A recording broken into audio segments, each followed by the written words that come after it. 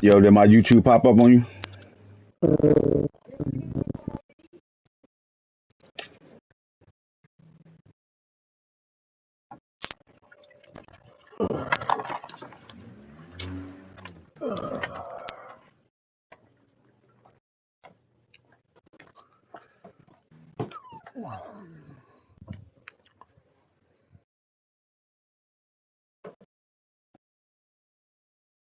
Philly.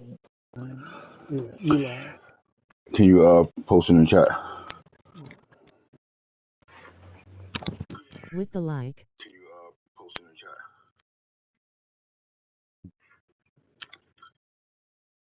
We're done with the 90s. Good track. Where'd you just drop them off?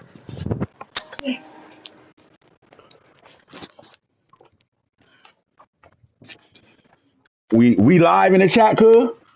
Yeah, we live.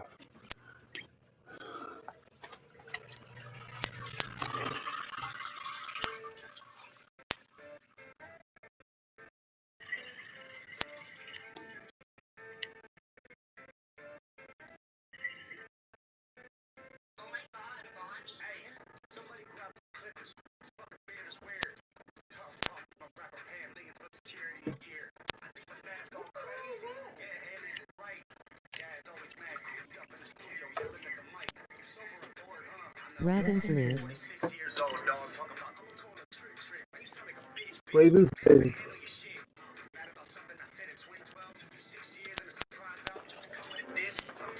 I'm in my bag. I feel some type of, I feel some type of,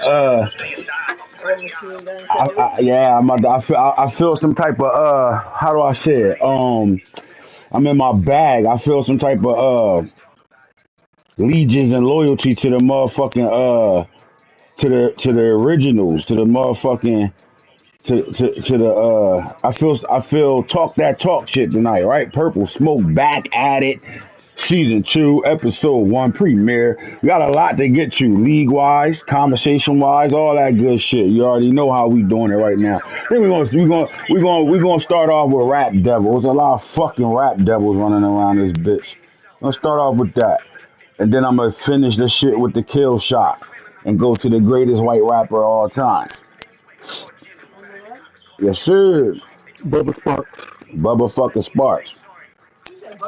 Mm-hmm.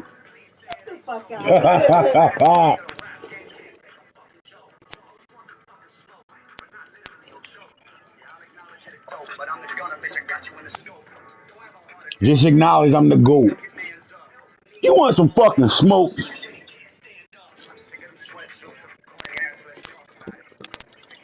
The adventure reinvents to be the event the adventure reinvents to be relevant. Consistency. It's called work. It's called want, and it's called winning. Simple as that. The three W's.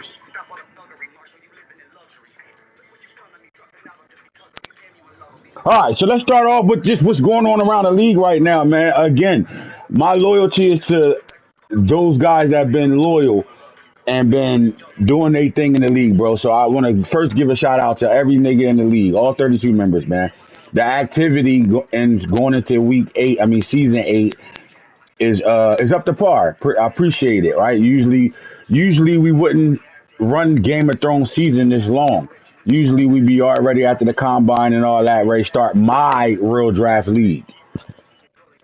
But because real draft is going to have to be played twice, because we're going to start real draft in August as well, I'm letting that go for right now, right? We're going to run Game of Thrones the series out, right? This is the last installment of Game of Five. So look at it like a TV series. We got the Game of Thrones 5. So our series ran for 5 seasons. That's not bad. I think Martin TV series went that long. Right now, Real Draft is on Real Draft, going to Real Draft 8. We've completed Real Draft 7. So that's 7 seasons of having something, that we created from scratch and made a big time situation. Seven straight years of running Real Draft. unchallenged. You know what I'm saying? So I appreciate the activity and the users and the guys that all been a part of it, old to new, right? Guys that are not in the league anymore, guys that been around, guys that been here through the installment of it and still been playing since. Appreciate that. That's a long run, right? That's a long run. But we on reinvent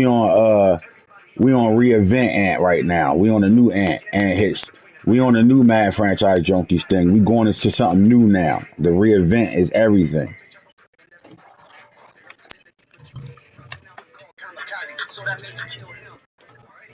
Our top three receivers in the league right now, you got Will Falk, 29 catches, 841 yards, 9 touchdowns.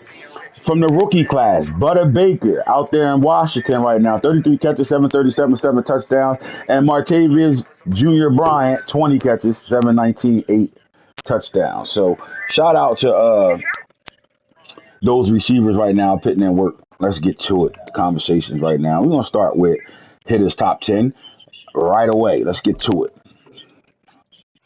All right, so as we go with standings right now through the first 6 weeks of football, we have four undefeated teams sitting at the top of the totem pole right now. And I'm going to talk about it a little bit. Let's get to it. Hit it. Your top 10, man. Baltimore Ravens sitting at one right now on a 5-game win streak. All the teams that are sitting in the top are going to be on win streaks, obviously, because they have no losses right now. All right, but the Great Eight, Season 8, the Great Eight, the redemption year for Baltimore is what the franchise has deemed this season. So far, what are you seeing out of the Baltimore Ravens? I'm seeing a dominant offense and a very stingy defense. Yeah, we're in a situation now where the young pieces are kind of been playing together for somewhere between 3 to 4 years. We had our oldest player is 29, and the gap between that oldest player to the next oldest player is about 2 to 3 years. So this is a very fairly young football team. It might be the youngest football team in the league. And what you're seeing this season thus far over the first 5 games, what you're seeing is you're seeing a team that's been really gelled together, right? This is a football team that through their highs has been high, but the lows kind of have been a little lower than the highs. Like you can't ignore the fact that the Ravens under two different quarterbacks has been to 3 Super Bowls and failed to get a win in all three of those bowls, right? One where they lost the first season with Lamar Jackson at quarterback. The second time they got to it, they gave out a forced win. The third time they got to it, they lost a hell of a football game. That was a really good football game. And you got to see a team actually coming together in that Super Bowl, in my opinion. You got to see a football team starting to understand each other and gelling together and taking on a veteran-based football team and kind of going toe-to-toe with them. And you're seeing that, and you're going to see that theme throughout the entire league. You're going to see guys that, you're going to see highs and lows with guys that had reset their rosters and actually are playing with a younger group of higher talented young guys that are coming out the draft, higher overall wise now. You're going to see those guys be successful, and then when they get to those teams that have been together for a while, you'll see the tightness of those games or the struggles of those games. But you'll see that amongst the top, I would say the top 6, 7 teams right now. You're going to see that. But I think everything comes down to end season 8 of Game of Thrones 5 with the Baltimore Ravens. I think it comes down. To quarterback play more than anything. I think is Najee Israel ready to take this team to the next level? Would you agree or disagree with me there, Hitter? Like, I think it all falls on the quarterback. Yeah, yeah. Season 8. I think this is sixth season with the team. Is his team. So everything falls on his shoulders.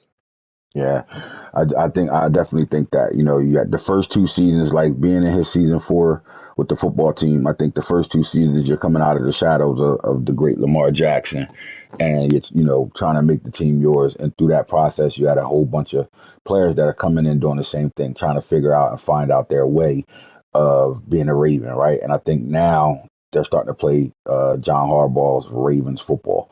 So we like where they at right now. I mean, to go through the first 5 games unscathed and be able to get to a bye week to really gather yourself and not have a loss right now is telling. It's big time. Our second team on this list, Hitter. Oh, no, I gotta get back.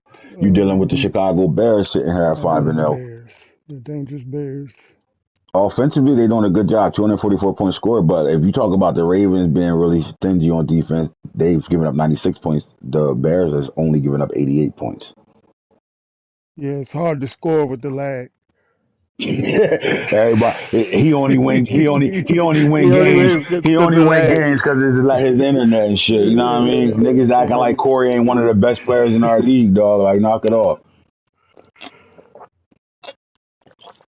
But what you're saying is you seeing a team that got resetted, right? They had a veteran-based team, and those veteran guys started to slow down, and you saw that, through this couple seasons where he kind of disappeared, and then he got he got ignited, right? And through that ignition, he back at it right now. He playing top tier football right now. So, in my opinion, man, you're getting the real Corey right now, right? You got a guy who team can match up with the rest of the guys that are up at the top of tier teams the way they look. His team look exactly like that, right? So now, it comes down to scheme, concepts, and balling, right? And things happen throughout the game. Yes, internet can be an issue in games.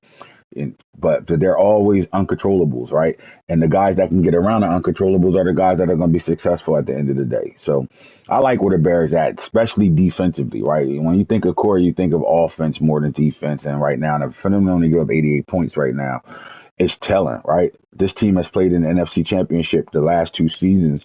Hitter, what stops them from making it back there? Uh, him. hmm I agree. Great conversation. Great That conversation. him and great internet. And then I will also say this too, right? Like I would say this, when you think about the Bears, you think about Justin Fields being a quarterback over there. I would think Justin Fields has been around for a while now, right? Like he's getting up there. So do you say like with an aging quarterback like a Justin Fields, is his window of opportunity closing, right? You would think with the age, his window of opportunity is closing a little bit. So is there a sense of urgency for the Chicago Bears? Yeah, now or never. 31 years old. He's on his way out. Now or never for the Bears, right? I would think that that's their niche for this season. Now or never. All right, next up, right? You got a team that's been in this couple Super Bowls, the previous couple Super Bowls. This team is playing in the AFC Championship every year. They got the best quarterback in the league, and Dan Marino Jr. And as you know, one of the high power offenses of our league. And King Falk with this New York Jets football team, 306 points scored on the year already, only give up The 86 worm points. guy is in the building, What are we face with looking at? peeking eye face with tears of joy. Typical Falk led team. Let's go. Right. You're looking at a guy that, and again, I like what they did. They had a running back that's been, quiet as kept. You got two running backs in the league that's been on that 1,000 yard receiver, 1,000 yard rushing guy. I think, the Jets has been doing it, for a while. And then you also got the kid out there in Seattle that catches the ball really well out the backfield for their football team.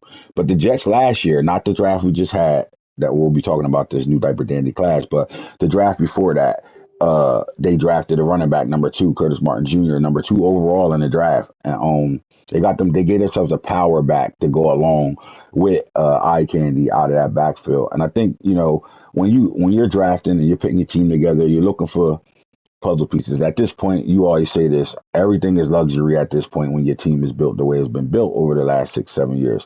So it's luxury. But what it does is it gives the Jets a different identity to be able to go to when they got two powerful backs in the backfield. You got a elusive receiving type of running back that can give you 1,200 to 1,800 on the ground if needed, and also can give you 1,000 every year as a receiver. Then you go get the power back with the speed of he comes out 98 speed right away. So this guy 4'2" ish, and he's a big time power running back. I think that gives this offense another weapon to be able to do so many more things offensively just with those two pieces. Like what do you do when you got linebackers trying to cover eye candy out the backfield, and you still got to worry about the power running or the inside zones or anything like that through Curtis Martin Jr., who again he can hit a home run from anywhere on the field, but he also can get you the tough, grimy factor backyards where he, running through you for 5 yards, 6 yards, right? And if you give him space, he might take it the distance. I think that opens their offense up a little bit more, and it gives Dan Marino Jr. another Not another weapon. It gives them another scheme, right? Like it's already hard enough to stop these guys Build. from being able to go on multiple things, right? They could do so much stuff. They can go all over the place in their offense. But then when they, you give them another way to attack a defense, you putting them in a situation. You will have to have them in your conversation for favorite to Boost. win the AFC. I'm doing shout outs today. I see my boy C Hound on. I see my boy McCoy on, man. McCoy coming off a big time win. And they playing good over there too. The Saints. We'll talk about the Saints in a second. They sitting at 7. But the third team is the New York Jets. Again, I'm looking at these teams. You got two AFC teams that for the last couple of seasons have been in the AFC Championship game at 1 and at 3, and either one of those teams can get to a Super Bowl at any moment. Team 4, you got the 49ers. Hit What's your conversation there? Um, guess who's back? I think the He's most thing back. that the most thing that stands out to me is the 66 points. But then you have to ask yourself, are they user games or computer games, really, right? Like, you got to separate the difference between you playing CPUs or you playing users right now. But I think that tells a lot of where this team is looking to be or headed, right? 66 points only given up. I think they are number one when it comes down to points against right now. And anytime you can play championship defense, that give you a shot to be, looking at standing up at the end of it all, right? Where you can just, rely on that defense, right? The question is their quarterback play ready to take that next step, right? Do they have young Cap over there? Is he ready to take that next step? The weapons are there. They definitely drafted a factor back, right? And the question with factor backs, when you get these big backs, 230 pounds, 240, 250, I think their guy was like 255, 6'3", the Great Dane. The question is, we seen the Texans draft 1 years ago, but didn't really he didn't really give us a Derrick Henry feel where it was like you lined up against the Texans, you had to really really worry about that running back Duncan. Are the Niners headed in that direction, right? What happens when you give them a run game that can move the chains methodically? A guy that makes it a nightmare to tackle him by the third and fourth quarter. By the time you get to the third and fourth quarter, and you got a 255-pound running back coming at you, 255-pound linebacker all game long, eventually somebody gonna make a business decision. So I think their offense is going to go as far as their backfield actually takes them. In my opinion, I just think that's where it's at right now. Um, Anything you want to say about this Niners team? No, a win is a win. All right, number 5, you got the Dolphins that are back at it again, right? You got the Miami Dolphins. Their quarterback is coming off a Pro Bowl appearance. Again, I think with this team, they're stingy against the run. And they're not. This Dolphins team can be explosive offensively, and they can be really, really tough to do things against. The one thing I think Hoodie does great is making your offense one dimensional. You're going to have to do one thing well to plan them, right? Meaning, if you try, especially when it comes down to running the ball on the Dolphins, usually they're not giving up a lot of run plays, right? So you have to be one dimensional and you have to be really legit and on point or throwing the football when you play this Dolphins team. I think when they're at their best is when they do that, make you one dimensional, when they make you have to literally stop running the football and throw the ball. And then once that happens, a lot of that secondary, they got a lot of speed from the safety position, a lot of guys that can play either or. I think that's when, they put you in a bind. They put you in a situation where, decision making becomes part of your arsenal. And if you don't make the right decision, turnovers happen and your drive slows down. And now you're giving a Dolphins team who's going to take what they like. This ain't the team that, Tyreek Hill and Waddle, where they want to bomb you on explosive. This ain't that team anymore. I don't know. I'm not saying they can't take the top off your head and all that. I'm not saying that, especially with Devin Hester at the receiver right now. But this is a No, it team that will lost. take what you. This is a team that will take what you give them though. Like if you're gonna let that running back touch the flat and he can dink and dunk you, he'll do that, right? If A Chain got to be a 25 carry guy in that game, he'll do that. Like this is a guy that is not uncomfortable with being. Is very comfortable with being uncomfortable, right? He can line up and throw the ball all over the park if need be, right? But he is going to come out and he's going to play a football game and he's going to make you play the chessboard the way he wants that chessboard being played. And I think that's what makes the Dolphins a scary team and at any moment can be one of the best teams in the league. Got them Florida boys out there. Got them Florida boys running around, man. They back. All right, number 6, you got the Vikings sitting at 4-2. They're going to fall out of that playing their last game, but right now 4-2 because the week hasn't advanced yet. It's hard to really talk about the Vikings because again, not just his fault. He's back playing, and that's a good thing. We won't have to worry about replacing him with one of the 6 users that's waiting to get in the league right now. We won't have to worry about replacing him.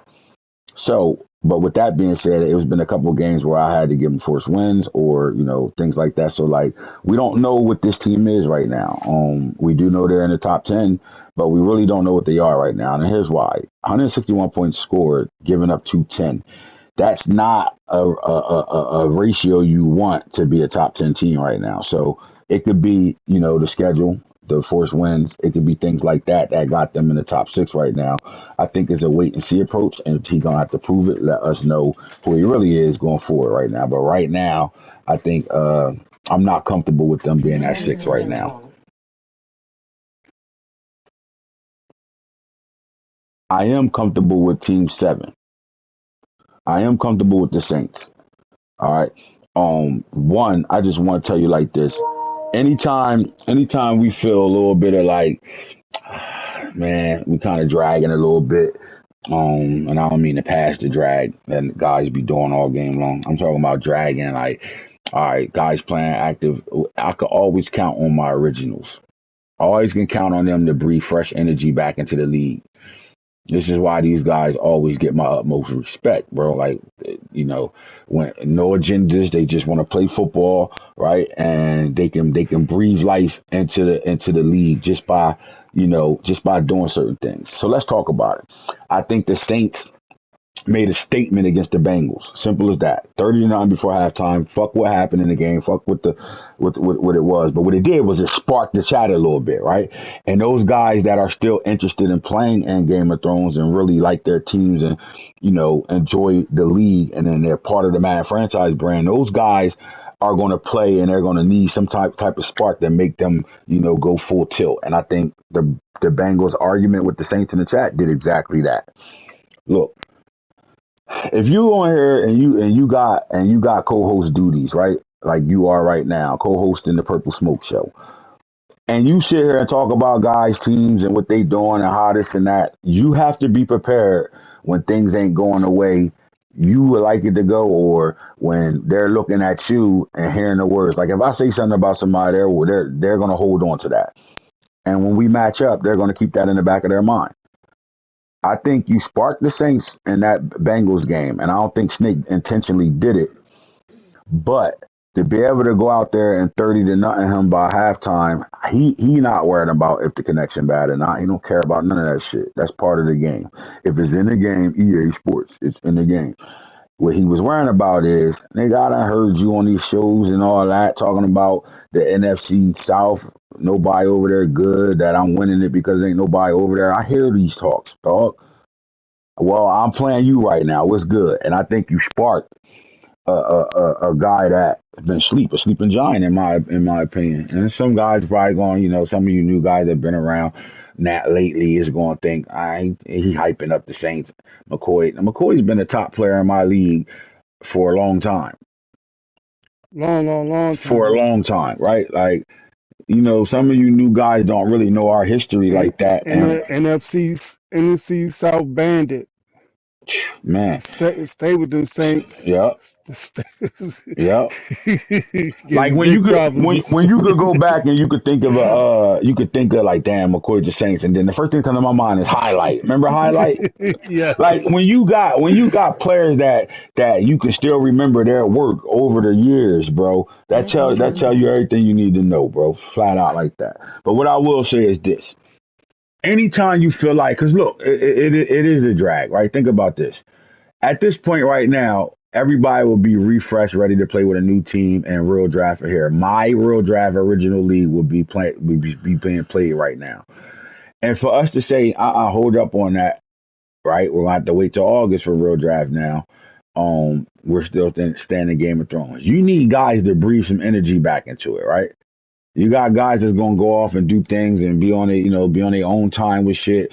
And to be able to keep the shit together, you need guys that are gonna breathe fresh energy back into it. And who's doing that? Who's been doing that over the last 4 advances? It's the guy who has one loss on his schedule right now, sitting at number 7. And these the guys that breathe the energy into me because it's positive. What they do is they let me know, boy, we've been doing this shit summer to summer for fucking this, right? Let's go. What are you doing? Let's get this shit together. Let's get it popping. And boom, I get a guy that showed me like, damn, he's still locked the fuck in. Let's get to it, right? And now we get into it. I think you only can be what you only can be what's in front of you. And what I mean by that is we could talk about the NFC South and all that, right? And it ain't a nigga over there that has been inactive, period, right?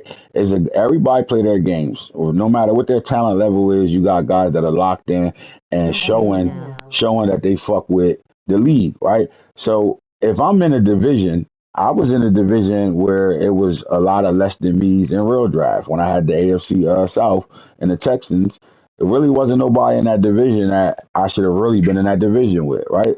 But I only can control the controllables, right? So we can't ignore the fact that he's dominated his division. Ain't that what a guy that's supposed to be better than the guys in his division supposed to do?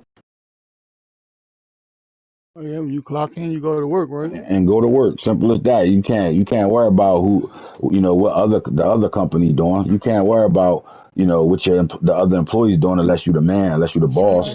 You just got to get to it. And at the end of the day, that's what he's doing. He's getting to it. And to be able to stay consistent and winning your division, that means something. No matter who's the fuck in your division. So let's stop slighting guys and start showing the love for what they've been doing, right? His worst records are when he ain't active, right? Simple as that. And when he ain't active, it ain't no complaints out of him or nothing. He just, when he get back active, it is what it is. So it's hard to be arguing with a guy that will, give you the first win if he can't make the time. Ain't gonna complain about nothing. Take his losses, take his wins, right? It's hard to argue with a guy like that.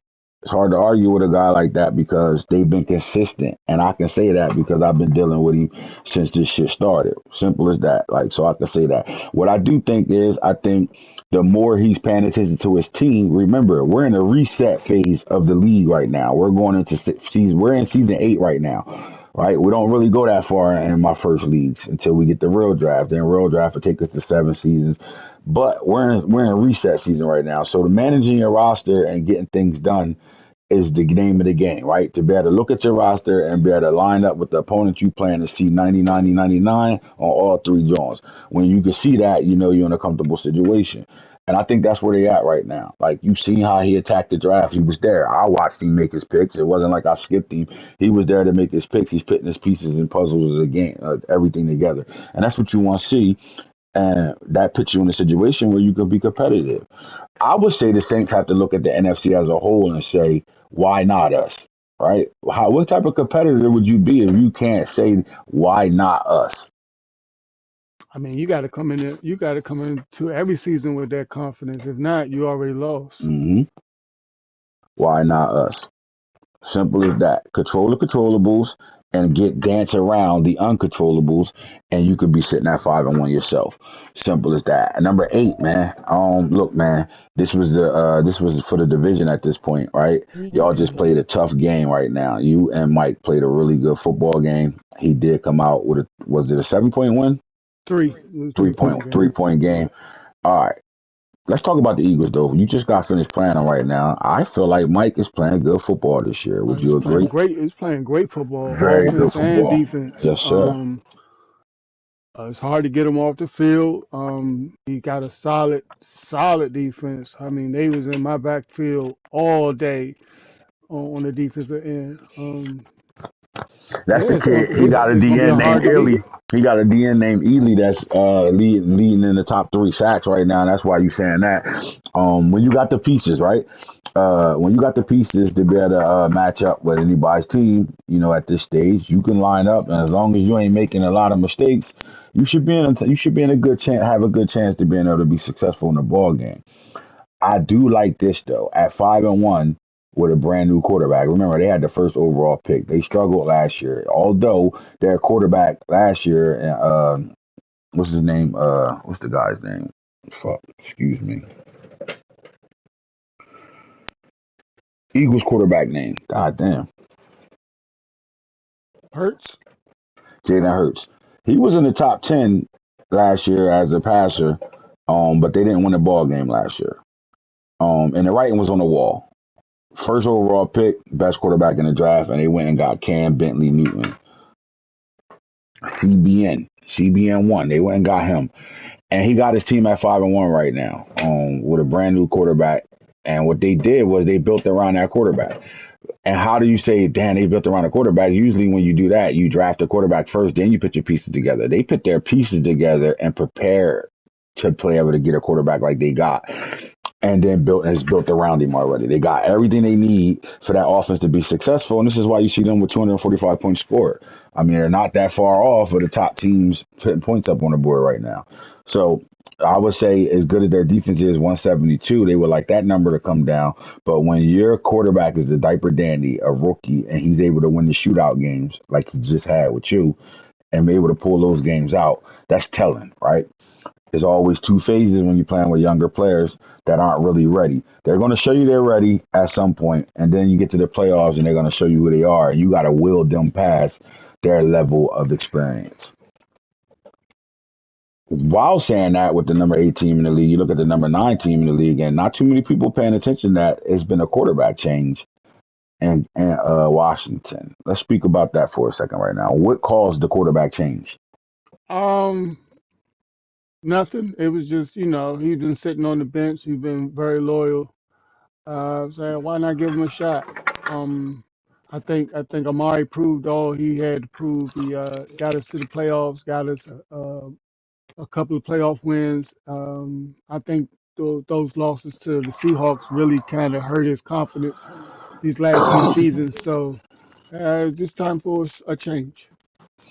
And there's nothing wrong with that. That's called drafting well, right? When you got depth on your team and you can make a decision like that and really not see a fall off, that matters, right? From you go from Amari to Willie Beeman, and a lot of guys been saying, "Oh, since you drafted Willie Beeman, what's the main thing you've heard amongst the guys that be in chat with us and the league? What's the main thing you've been hearing from the day you drafted him in the third round?" Let me get him. And people are like, why is he sitting with two quarterbacks? That's dumb. That's dumb. That's dumb. That's dumb. And even our crew guys been saying that to you and all that. And now we're seeing why, right? I mean, when you make a change like that, you can go from one dog at quarterback to another dog and not have a drop off on what your team look like. That matters, right? That's called GMing and understanding and not listening to the outside noise and sticking to your plan and what you want to do. And now we're seeing it right now. Get down, fuck down. So I like it, right? All right. So you just had a big game in your division, 3-point loss. And then once we advance again, that game is right back up. And would you say the winner of that game, if you win that game, it's going to be a situation coming down the stretch? But if you lose that game, do you feel as though that's the division? Um, yes and no. I mean, winning the division really not the goal. The goal is to get to the playoffs. Um, so whether I go in as the first seed in the division or the second seed, the goal is the playoffs. Got you. All right, got you. All right, so the Commanders, 233 points scored. They're putting up points, 160 on the board, giving up right now. And I think a lot of that is due to the 40-point game they just played. 41. What was it? 41 to 40, 30. 44 to 44, 41. 41. Yeah. All right. So big time game played there. Now, our number 10 team. Let's talk about it right now. We got the Rams sitting at number 10, 177 point score, 103 points given up. Why would I be about to make this statement? Why am I not concerned about them only scoring 177 points and giving up 103 points? Because they're 4-1. And their style of play isn't being sexy on the Yeah, scoreboard. no. Their No, style of play and is getting a win, period. Which makes him a top three player in my league to me. He's like somewhere in that top three to top five for sure. But you could argue you could put him in the top three in my opinion. I think you gotta coach that plays the football you're game. gonna get a football game, not an arcade game Not when you play at when you all. play the Rams. You're not getting the arcade game at all when you play the Rams. And he's dangerous, bro. It makes him a dangerous user in this league. My Um, dog gonna get a and at the W. end of the day, when you're playing a coach like that, he can go with the current or go against the current in the game at any moment. When you think about the top players of the league and guys that really get it, they're the guys that are able to adjust in game, right? They're the guys that are better, go through a first quarter and then put the data together of what they saw in that first quarter, and by the time the second quarter come up, they have a different way of attacking that data. And you got guys that can do that, right? Like where they're not just stuck in their rhythm of they call their same plays over and over and over again. As soon as them bitches unlock, they right back at it again. You got a guy like him who makes him dangerous is because if I right now took the offensive play calling down to one play a game, I can name him as a guy that'll be there at the end with no issues. Meaning he got a wide web of selection of being able to call and plays, right? And Bears. it wouldn't make him uncomfortable. And I think that shows in how he plays games, right? Like the way he play, he's going to play to the person he's playing. He's not going to play. He's not going to wield the game off of what he does consistently. He's going to wield the game off of what's going on in that game. And I think that's what separates him from a lot of guys, where the Rams are going to line up, and by the time you get to the third quarter, it's a new ball game with them, right? Because everything they gathered from quarters 1 to 2, or by the time you get to the fourth quarter, the things they gathered from 1, 2, and 3 quarters are going to be the things they used against you and used for his advantages in the fourth quarter. That's why he's the type of coach that doesn't care what the score is. As long as it's a close ball game, he feel like he can win it at the end, which makes him dangerous. Flat out dangerous. All right. That's your top 10 teams right now and your top 10 hitters list. That's what's going on around amongst the league. All these top 10 guys right now aren't that far off from the guys that are under the top 10, right? You got the Super Bowl champs. You got the four-time Super Bowl winning team in the Seattle Seahawks. They're going through a little adjustment period, in my opinion. They still got their main weapons, but they got some pieces that they got to grow up real fast. I think, that's challenging a little bit. I don't think it's going to affect, where they play at the end of the season. Are they going to be a playoff team, number one seed? Are they going to be in the playoffs? Do they have a chance to win a Super Bowl? I don't think it takes nothing away from what they do. They're gonna be there at the end of it all. They proven it, as long as they in, they a problem. Right. And what happens with them is they're the guys that everybody else is chasing, right? You got to give them the Hawks Nest their credit. They're the guys that we all chasing right now, right? Because anything they do from here on out, it's still a win in their book, no matter what. Because to have 4 Super Bowls out of 8 seasons matters. Simple as that. That makes you the most dominant player in the league right now. And when you're the most dominant player in the league right now, we're all chasing that. So shout out to the Seahawks. Titans at 3-2, Falcons at 3-3, Chiefs at 3-2. So now you're seeing I'm only talking about these teams because being this early in the season, from 10 teams 1 to 10 ain't too much of a difference from teams 12 to 20 or 11 to 20, right? Not too much of a difference. Everybody's still in it right now to be able to make some things happen here. And that's a good thing. So shout out to the league and all the activity. All you guys that played y'all games before by 7:30 that had the games played, you all will get the gift. I told y'all what the gift was in the chat. Please DM me at this point right now. Is if you can't get me, you're either going to get Mike, me, or Hitter. All right, they're the 3 people that y'all should be DMing for force wins. I think Snake is still no Snake is active. He good. Snake, DM him for force wins or trades, and then you can get the me, Mike, and Hitter for anything you need when it comes down to needing a commissioner. Now, let's talk about it. Let's get to it right now, man. We had a nice draft, 2 back-to-back drafts, pretty good drafts Hitter. But it's some guys that's standing out to you right now. Let's first look at the top performers right now. When you take a look at what's in the building right now. Dan Marino Jr. is all world right now. I mean, he was just 2 advances ago, had 17 touchdowns. Now we're looking at Dan Marino. 36. He's sitting on 36. Nobody's anywhere close to him. But we do got 2 quarterbacks that are starting for the first time. And both these quarterbacks that are starting for the first time are taking jobs from guys that were at their peak. Actually, when you look at Willie Beeman, Amari Braxton it wasn't a quarterback that you look at and say he really needs to be benched. This was just a GM situation, money, contracts, things like that, and giving a guy his chance that he needs. Same thing with Warren Moon Jr. Warren Moon Jr. got to play at the end of last year's season. The Steelers didn't make it to the playoffs. They didn't get what they wanted out of their team last year.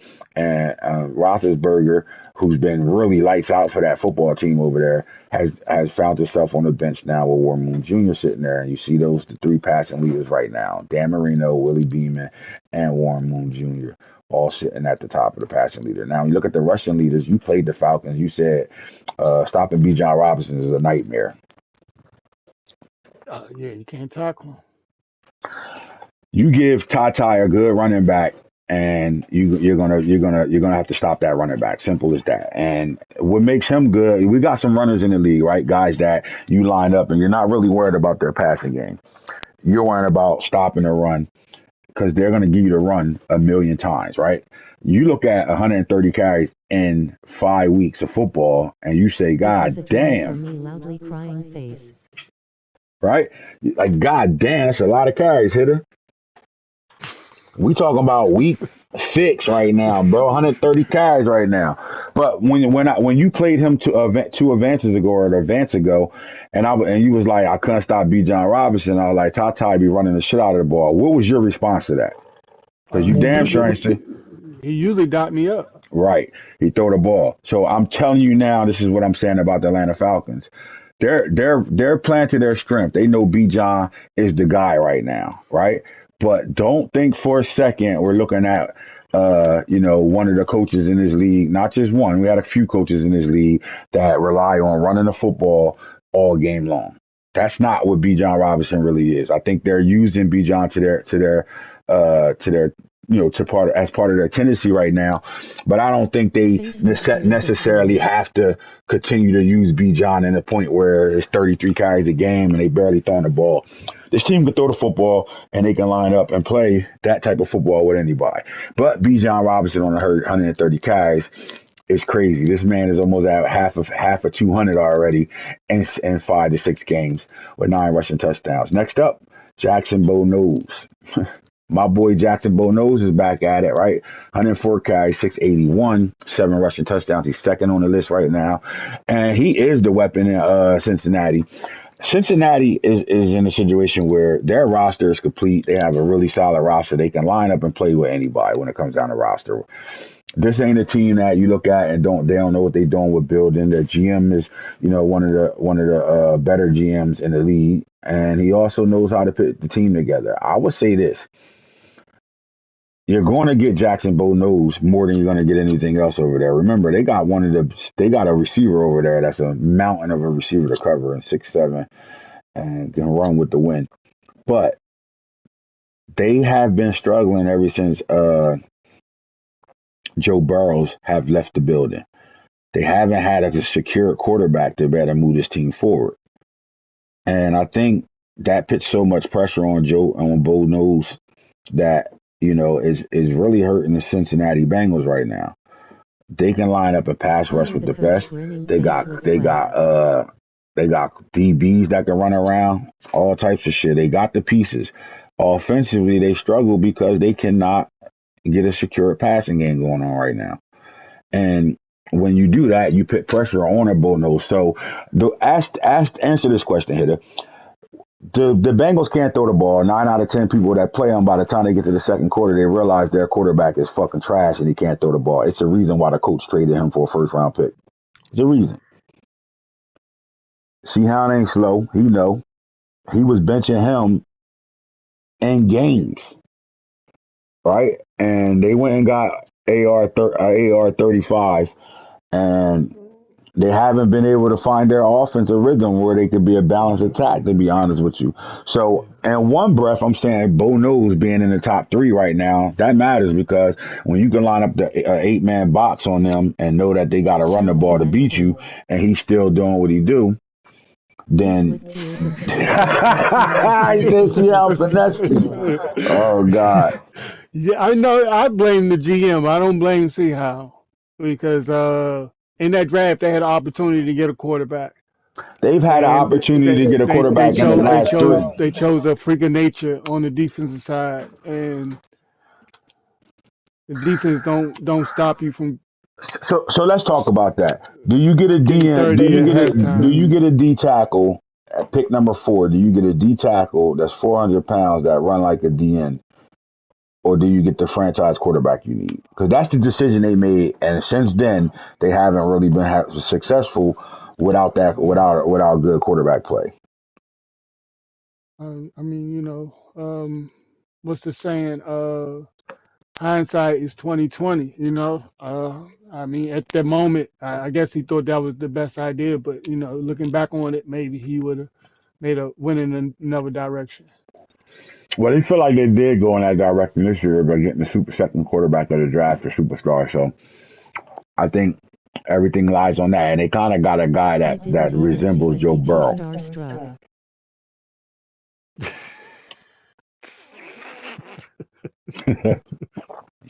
But honestly, McCoy, that's the problem with drafting that type of dog because that's not a player he can control, right? That you're relying on a CPU to be able to make plays with that D tackle. You control the quarterback, and I think that's where he's lacking at right now. Listen, bro, the quarterback they playing with right now, missed more throws than any X factor quarterback in the league.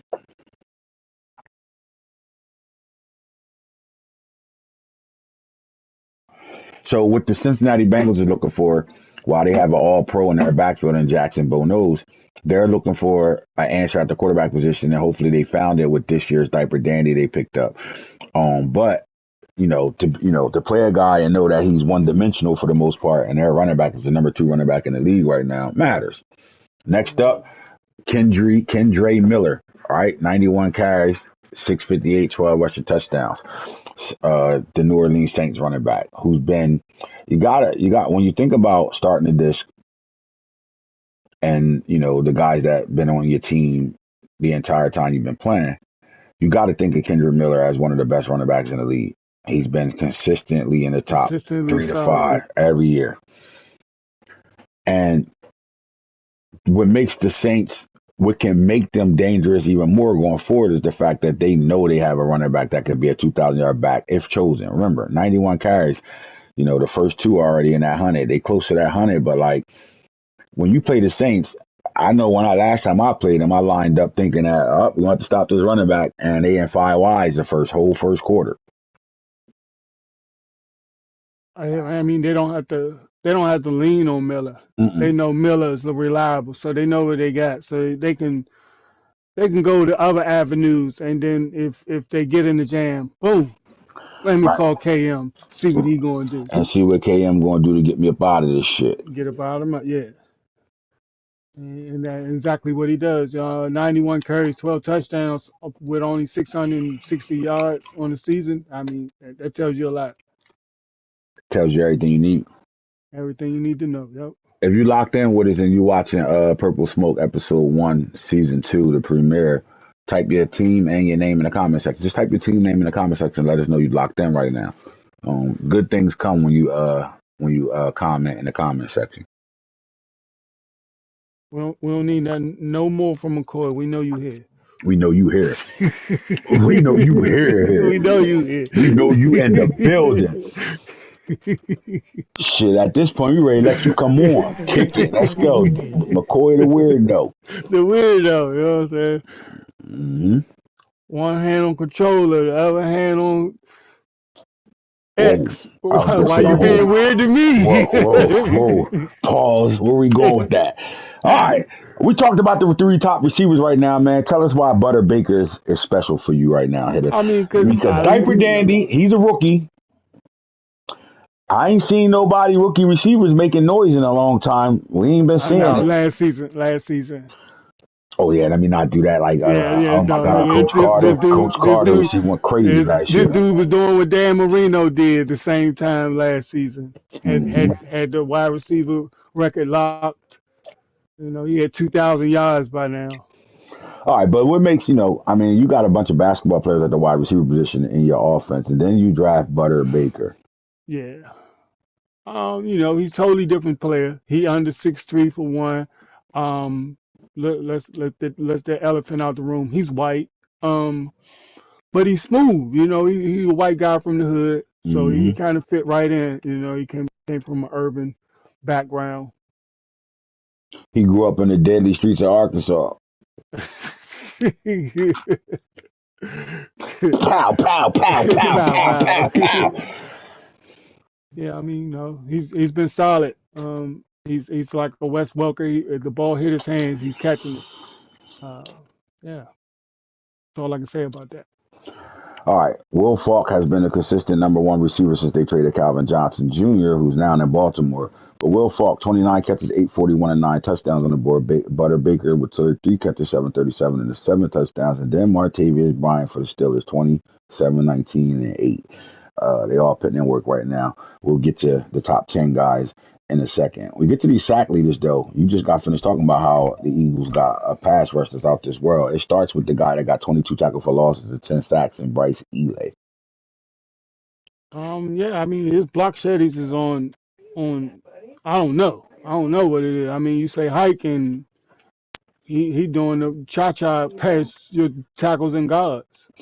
And see, what happened was last year he was in the top three of sacks, right? I think he actually came in two. Might have even won that shit. He was close. But this year is four. He's going into season four right now, and I think that matters. I think the jail process has happened for him already. And now he's showing he might have been one of the most dominant DNs to come out of that draft when he came out. Jules Peppers exactly came out the same draft as well, and that's the Jets outside linebacker with 8 tackles. I mean, 8 sacks and 11 tackle for losses. It's I think Jules Peppers. I mean, look at the last name. We know who Julius Peppers was for the Carolina Panthers. When you have your legacy player coming off the edge like that at the linebacker position, you can make a decision, right? Some guys got those type of outside linebackers that can do everything, that can cover, that can get to the quarterback and all. But when you're putting a guy in a situation where he's a pass rusher and you let him do what he do best, I think you get the results that he's getting right here. Rick Terry, I don't know who Rick Terry played for, but 10 tackle for loss and 8 sacks is amongst the top three, and that matters right now to me. Can you do a dive real fast to find out who Rick Yeah, Terry is so we can give him his proper respect? I'm in the water right now. Survey says he is a he is a bear. I should have known. He's a bear. The Bears putting in work, man, because you already talk Yeah. about the next players on this board right now, at the interception leaders right now. We're looking at six as the main number, 6, 6, and 5. We need to find out who DeMarcus Manning is. I'm thinking here Bear as well. If he's not, Nope. he's a Giant. He's an eagle. Eagle. Oh my God. Yeah, it's eagle safety. He's the one Mm. beside the other guy. All right, so Rod Woodson is the safety for the Steelers, top three.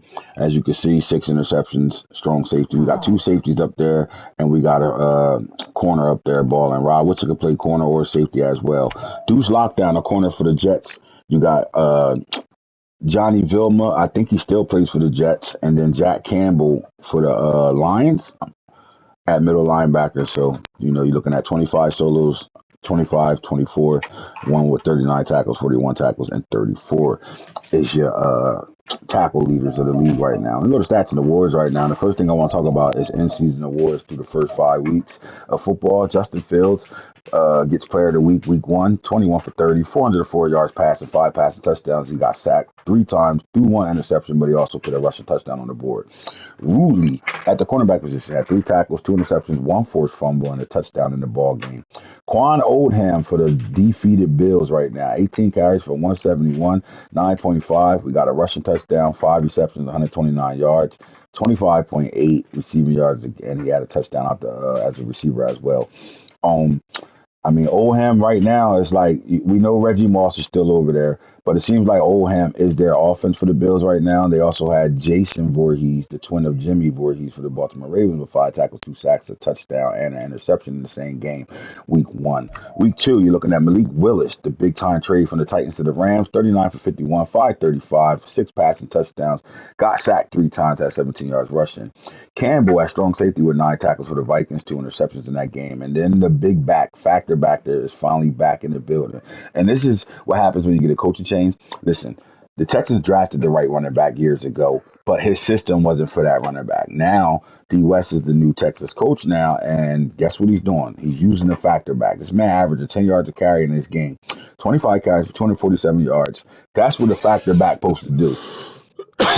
Five rushing touchdowns. Hit it. He also caught the ball out the backfield, 55 yards in the touchdown in this game.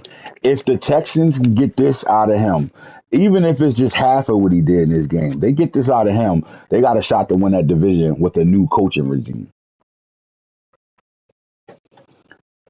You got a back that can be an elusive back, right?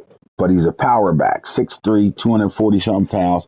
I mean, you're looking at a guy that can be a headache for anybody's defense when you get to the second half of the ball game. I mean, it's not easy tackling a guy 25 times. He carries the ball 25 times, and if that's his average per game with his size, his weight ratio, that's a lot of force and power coming at you when you got to shield off, especially at middle linebacker. You got 330-pound guards coming at you. You got to take on their block and make the tackle of a guy that's coming at you at 25 miles per hour, ready to fucking run your head off. That's a problem. Route had 4 tackles and 3 interceptions in week 2 as well. You're looking at week 3. You take a look at the quarterback, and you're looking at Trevor Lawrence, the 4 Super Bowls. He in the same category as the Marinos and Elways of the league, and Patrick Mahomes is. And 20 for 43, threw for 403 yards, 5 passes for touchdowns, threw a pick, got sacked 4 times, and he carried the ball 2 for 13.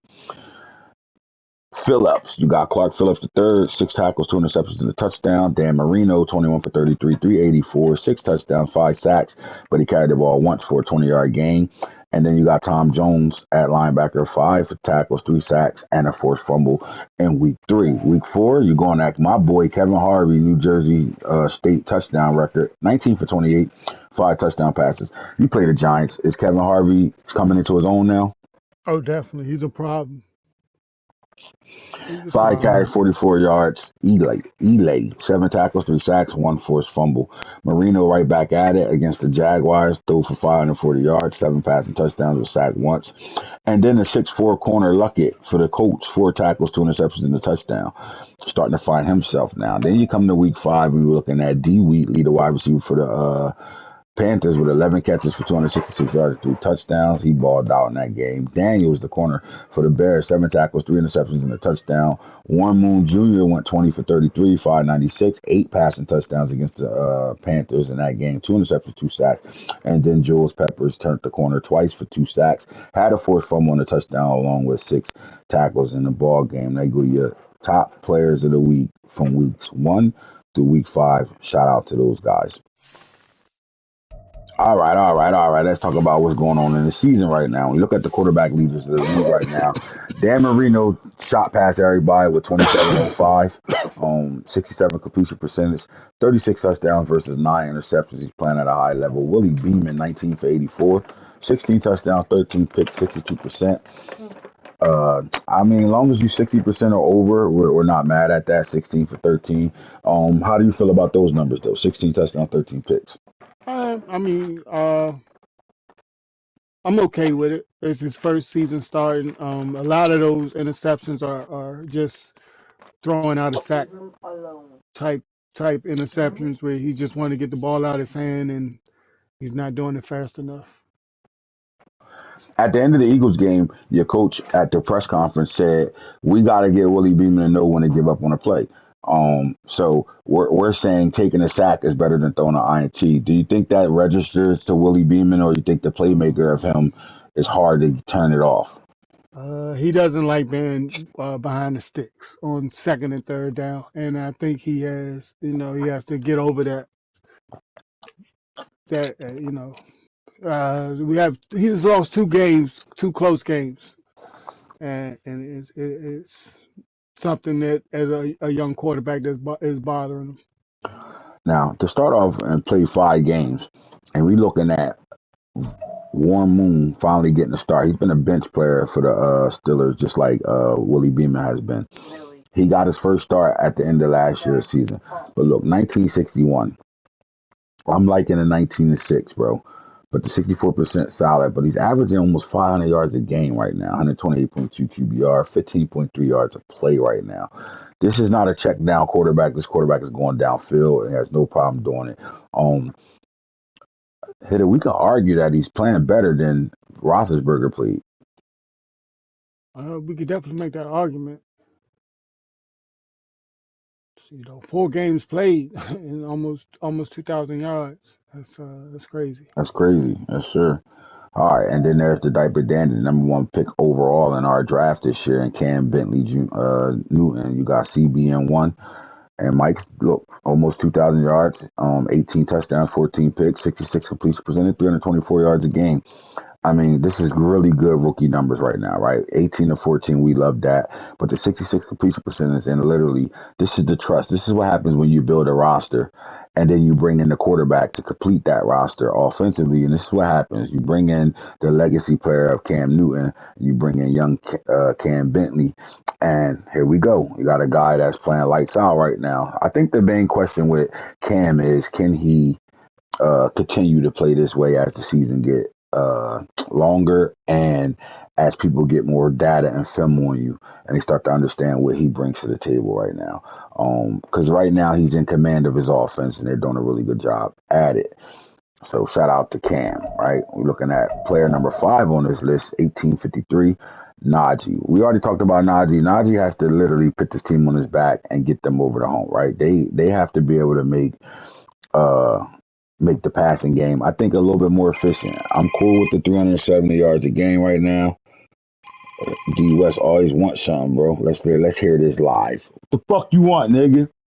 I want a big girl. What, nigga? Did y'all advance? Not yet. Y'all gonna play? He said he'll be home in 10 minutes. I'm at the crib now. All right. You good? All right. All right, my boy D West back at it. But anyway, we're looking at again. I just think I mean Najee's been consistent over his how many seasons? His 4 seasons. 4. I'm not. We're not mad at what he's done over the course of his season, right? It's just when you get to a point where you're going to play in the AFC Championship game 9 out of 10 times. If you're going to get to the big dance, you got to be able to take this team over the hump, right? And we're on our second quarterback, right? Where most guys won't even fucking flinch from their quarterback. We're on quarterback number 2, and he's starting to get some pressure between Tion Pitts that's sitting behind him right now as well. But the question is, Najee, what can you do? We've seen the yards. We've seen your biggest season with 6,000 yards.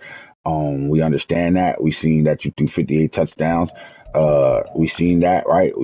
We want to see what you're going to do if you get to the big 2 games. And the big 2 games are the AFC Championship game and the Super Bowl. If you can get past the AFC Championship game and get to a Super Bowl, or you're going to be the team that's going to let the confetti fall. Simple as that. So I think he has a new perspective on what he's trying to do this year. 17 touchdowns, 5 interceptions. We're comfortable with that. We're not mad at that at all. 370 yards a game, that's the most he's averaged in his career per game, right? So we want to see him stay with them numbers. You can literally see what the Ravens are actually doing just by looking at those numbers. They're into their passing game a little bit more than running the football. He has everything around him. Speed that kill. They got a really good defense that flies around and make plays. They actually lead the league in sacks right now. All he got to do is win and win when it counts. Simple as that. We talked about Kevin Harvey on the come up, 17 for 71, 18 touchdowns, 10 picks, 63%. He averaged a 354 a game. Guys are throwing the football around right now. That gives us our number 7 player, 1, 2, 3, 4, 5, 6, and our 7th player, Dalvion Childs. 18 touchdowns, 10 picks, and so Justin Fields, 18 touchdowns and 10 picks, 67% right now. Trevor Lawrence sitting at 1703, 16 and 8, 63 completion percentage, and Anthony Knight goes to the Bucks and not doing a bad job there. We don't like the 10 and 11, but I think the Bucks have been chasing the quarterback there this entire this. Maybe they stumbled upon the guy that played for the Bengals last year, and after that season he had with the Bengals, they was not giving him a contract, and he comes out of free agency and gets to the Tampa Bay Buccaneers. But to go down one more, Malik Willis has only thrown 2 picks on the year right now. He's got the highest completion percentage out of all the quarterbacks right now. 1,500 yards passing, 13 touchdowns, only 2 picks, 74%. And literally, he's still averaging 316 yards per game passing the football right now. Let me ask you this. You know, they had Justin Herbert over there. Shit, they had Matthew Stafford and won the Super Bowl. Do you think Malik Willis gives them their best chance of getting back to a Super Bowl? Definitely. If he can continue on this trajectory that he's on right now with this not turning the ball over, it definitely gives you a good chance of getting back to the big show. Yeah, I agree. I think I think, you know, you give him a guy that's dual threat, right? We're not looking at it. This is a guy that got really, really good running attributes. You're gonna have to cover the whole field playing this team. So I think, I think that was a great move by him, making that trade with the Titans. Let's get to our rushing guys right now, top 10. You got B. John again, 130 carries. Let's look at the guys that are carrying the ball outrageously this year. All right. B. John Robinson, Priest Home, Joe Jackson Bo Knows, all with 100 plus already, which is cool. 100 plus. I'm not complaining about that. Run the ball, run it down. People throw, do what you got to do. But when you look at the yards, 812. B. John is, you know, another averaging 135 yards a game. He's 2 games away from, not even two, 1 game away from, about, you know, 1 game and a quarter away from being a 1,000 yard back already. 6.2 yards a carry style at Bo Knows, same thing, 681, 6.5, 7 touchdowns. Kendre Miller, we saw him as our top three, 91 carries, 658. He averages 7.2 yards a carry, 12 rushing touchdowns. Then you look at Priest Holmes, 601, 5'6", and 4. I think the touchdown ratio for a guy that run the ball as much as he does is a little concerning for me. So either they're scoring in the red zone differently, or they're not scoring in the red zone, because I think Priest Holmes, for the carries that he's getting, should be having more touchdowns than that. Why do you think his touchdown numbers are low? They get in the red zone and people are expecting to run. He's fooling them with the quick pass or whatever type passes he's doing. He's either throwing the ball or kicking field goals. Yeah. All right, back at it right now. Again, like I told you, factor back. 6'3", 245 pounds, 558, 6.19 touchdowns. He averaging 112 yards a game right now. Only fumbled the ball once. Next up, AI probably got the least amount of carries out of the top 10 running backs right now. 53 carries, 536. He averages 10 yards a carry right now. 11 touchdowns, 107 yards a game right now. And as much as we talking about this Raven team is trying to get their passing game better than it has been, and they're really featuring the passing game, AI turned his game up right now. I mean, averaging 10 yards a carry is not something to sneeze at. That's big time. 53 carries, 10 yards a carry, 11 touchdowns. He's down there getting the first every time he touched the ball right now. So like, if the passing game is what they're featuring and they're able to get big runs out of their running back right now, do you think their coach understands what he's talking about when he has his press conference and he talks about that? This team falls on Najee's hand. We're throwing the football a lot more this year, and hopefully throwing that football, the run game opens up even more, because that's what it looks like to me. The run game is big plays because of what they're doing in the passing game right now. Shout out to that 10.1 yards a carry right now. You got diaper dandy JD James. You give Seahawks a running back. With that RPO football game that they play, I hope they get back to it and they start to use that fast Costa kid the way they're supposed to, and not just a kick returner, punt returner. And they get back to it. They got LaMichael James's son right now, and JD James, who went to Oregon just like his pops, and he averaging 105 yards a game right now on 8.3 yards a carry. Right now, 5 rushing touchdowns. This is the diaper dandy, number 1 running back in the draft for sure. I think this opens their offense up a little bit. I can care less what his record look like. I just think when you got a quarterback that have been there for 3 years now, and you get that backfield put together, we're looking at a guy that can literally turn this team around and win that division right now, right? You got a new coach with the Texans. You got the Titans still figuring it out over there. And then your Jaguars really aren't where they need to be at as well. I think the Colts need to make that next step and show that they can be a playoff team with the roster that they assembled. I think they assembled a solid roster, completely offensively and defensively. But I think this was the piece needed to be added to that offense because look, when the last time Jonathan Taylor mattered in this league? Where is he? Is he still on their team? Like we haven't really, it's been a quiet disc for Jonathan Taylor. Would you agree with me on that? Yes. And now they go to J.D. James. They give him a very good elusive back that can, catch the ball out the backfield with the best of them. And for his 202 pounds, he's more powerful than you think he is. Hence is the 11 broken tackles right now, 94 yards at the contact. So I just think that gives them the weapon they need in that backfield. That takes some pressure off that quarterback. And it also gives Costa opportunities to beat the brakes off your top of your defense because you got to come down and play in the box because this man averaging 8.3 yards a carry right now.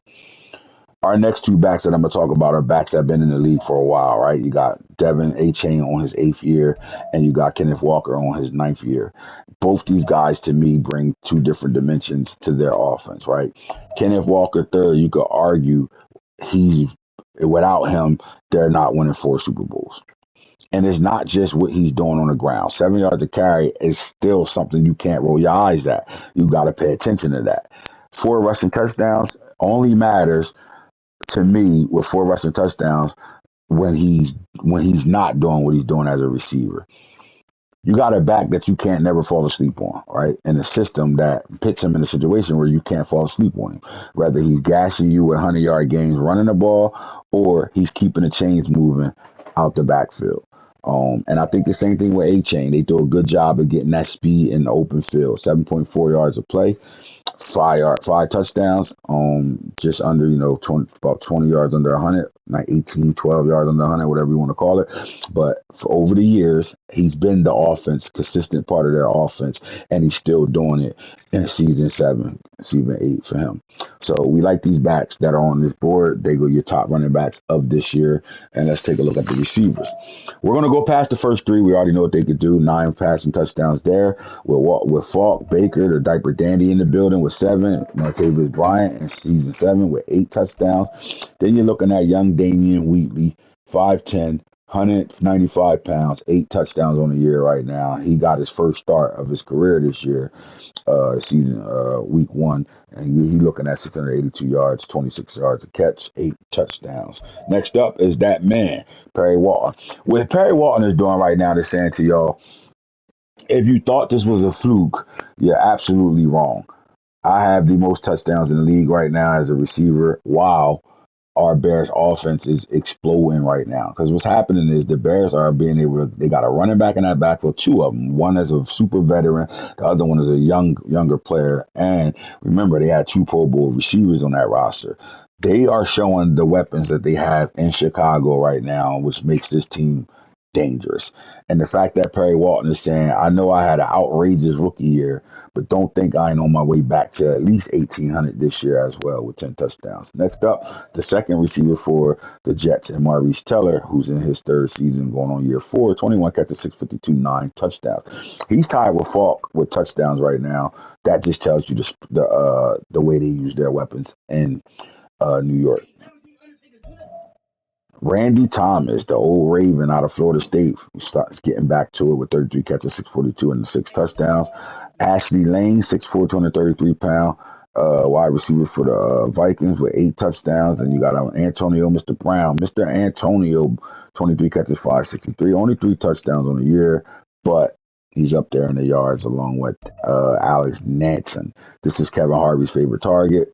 He averaging 107 yards a game, 4 touchdowns. He in the building. And then DeAnthony Thomas, the Ravens player from last year they traded. to the Cowboys is leading that team with 528, 15 yards a catch, and 3 touchdowns. And your receiver lead right now. Let's look at the defensive side of things. The first thing we're going to look at is total tackles. And Johnny Vilma leads the league with 41. You got Jason Garland, the number one linebacker in his draft 2 drafts ago. Deuce Lockdown, the slot corner with 39 tackles right now. And then you got Owen Papo. Don't sleep on Owen. He's always been a top tackler in this league. Theo Mickens at linebacker for the Chiefs, 36 tackles. Lamar Sturdivant, another ex-Raven, sitting there with 36. He must be playing him in the slot as well. Deion Mason at middle linebacker for the Cowboys with 36 tackles out of Alabama. Then you got Taylor Kennedy for the Eagles, 35 tackles.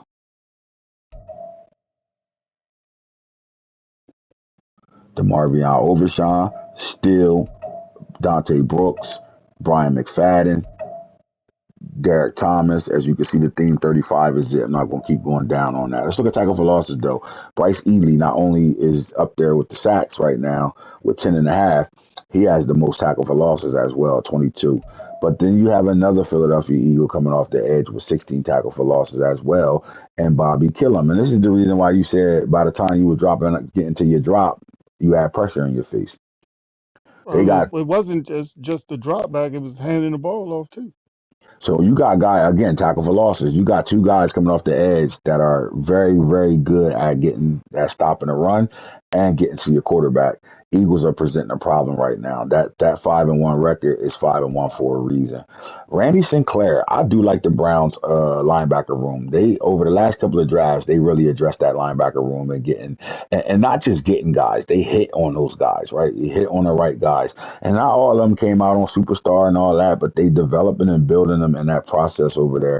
And it makes this team very, very difficult because their front four has gotten better ever since they traded for Rick Santiago from the Baltimore Ravens when they made that mega trade with the Ravens and sent Myles Garrett to the Ravens, and they picked up a first round D tackle, extra first round pick.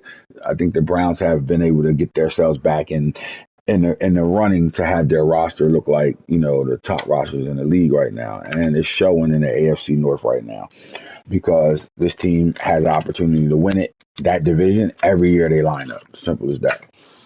I think they had a tough start, missing a couple of games to start it off right now. They're a little busy right now, so missing a couple of games put you in a situation where, I don't think they lost, I think they lost one game that they lost themselves. I think the other loss was 50-50s. Reggie Jr. White, 14 tackle for losses. You got Keith Moats for the Giants, used to be a 49er. He got 14 tackle for losses right now. Then we're going to look at Matabuke, who's in his 10th season, 11, going on season 11 with 13 tackle for losses. Matthew Sharpton for the, let's just say, the Bears sent the number one, arguably the best defensive player in the draft 2 years ago. They sent the twin back to the Baltimore Ravens to go play with his brother, and the Suggs twins, right?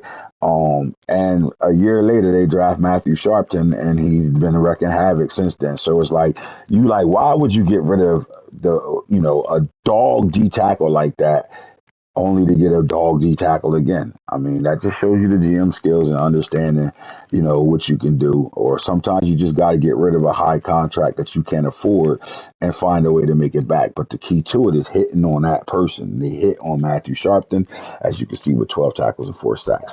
Derek Johnson has been, since he's been on it, like he's had 2 different coaches, 2 different systems, 2 different schemes, and he's been a top guy in this league since he joined the league from Houston. 12 tackles for loss, 5.5 sacks. And there's the guy I was just talking about, Rick Santiago, the man in the middle. But he's not just the man in the middle.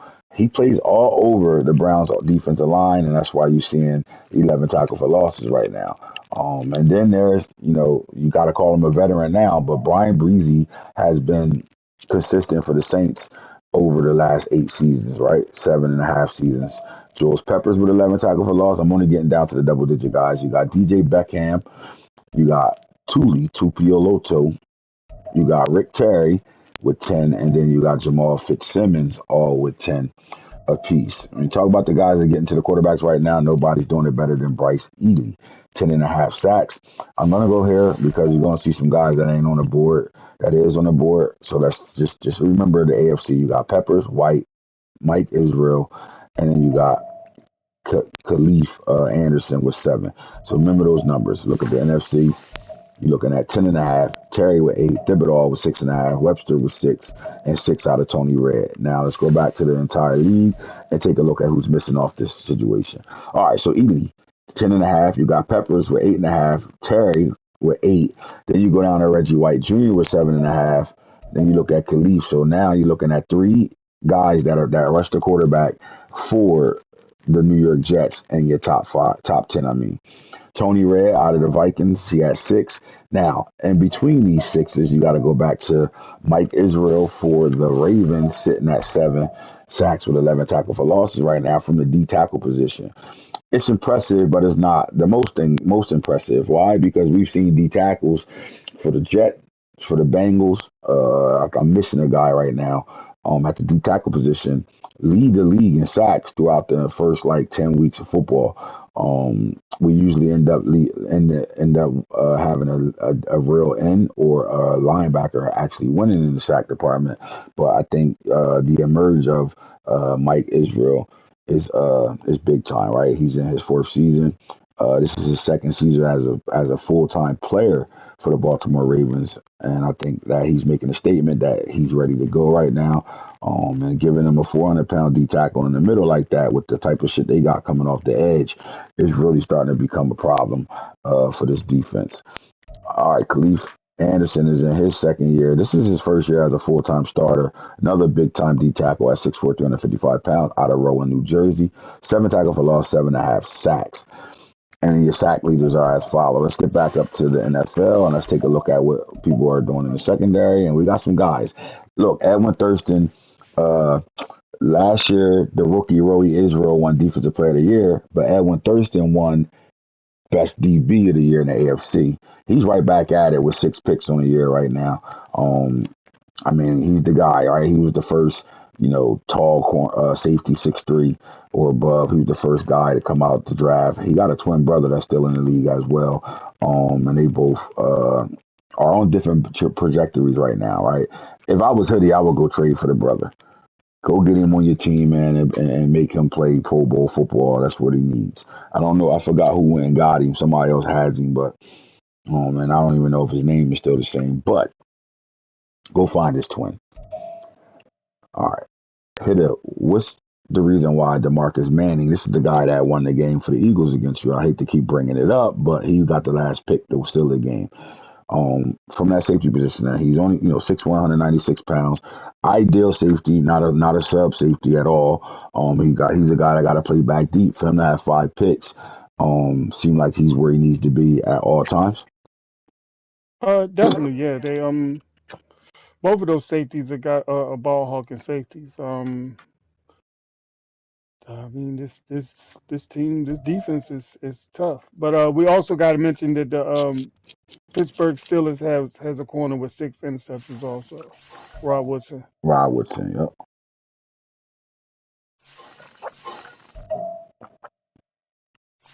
All right, yep, I seen it now. And Rod can play a little bit of both, but he's, and his line. Look, his legacy player, the real Rod Woodson, started off as a corner in real life and then moved to safety as he got older. So let's see if his son follows the same trajectory. Kevin Rout for the Texans, 5 interceptions on the year right now. We talked about DeMarcus Manning, and then we go into Devin Gorey. Devin Gorey is actually the Jets' #1 corner. They drafted a legacy player in Dre Bly Jr. this year to add to that secondary. They're deep at the safety level, and they're deep at the cornerback level. I think Devin Gorey held this team down as their shutdown corner over the last 3 seasons right now. They got some depth again in that secondary. Let's see what happens, especially with young Dre Bly. So they're good picks. Let's talk about deflections right now, who actually batting shit down. Deion Sanders, only 1 interception on the year, but 8 deflections on the season right now and a forced fumble. Then you're looking at Brandon Boner, Six deflections right now. Samuel Steele, middle linebacker for the Eagles, and then Joshua Brayton, linebacker for the Chargers, with six. And you're looking at Trey Wynn, five. Roy Israel, five. Lockdown, five. And we're going to stay at the number five. Forced fumbles right now. Taylor Mays with two on the year. Jarvis Kitchen, I'm sorry. Luke Lane, EJ Gamble. And then we got a whole host of twos. Let's see if anybody numbers is up there more than that. No, NFC. So two is the magical number at the fumble situation. And now we're gonna look at guys that are scoring touchdowns. Richard Sherman with three return touchdowns in the NFC. Let's look at the league though. Yep, he's the leader. They're not even registering his three. And then the big number is two after that. All right, so shout out to Richard Sherman.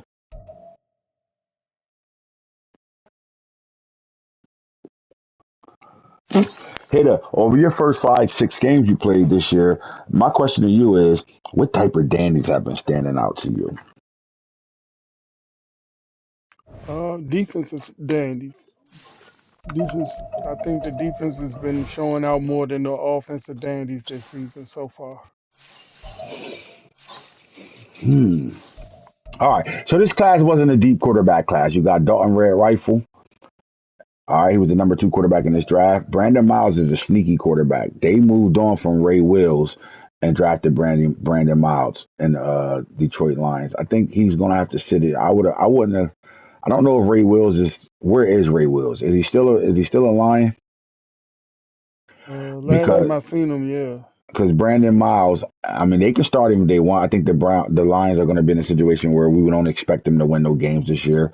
We expect them to come attack the offseason really hard through Oh trading and no, no, he's not in Detroit. exactly. So we think this GM is looking to trade pieces to make this team. A new coach want to make the team his. So I don't think wins and losses matter in year one for them. I think they just need to put their roster together the way they see it fit and go from there. And I think the first building piece to that was Brandon Miles. You got a quarterback that has dual threat capability, throw power, not really legit, but I think what they want to do, they're not looking for a quarterback to be a gunslinger. They want a quarterback that could be able to be very accurate at what he does. And if you take a look at him, he is in that category. Now you're looking at Britton Stewart.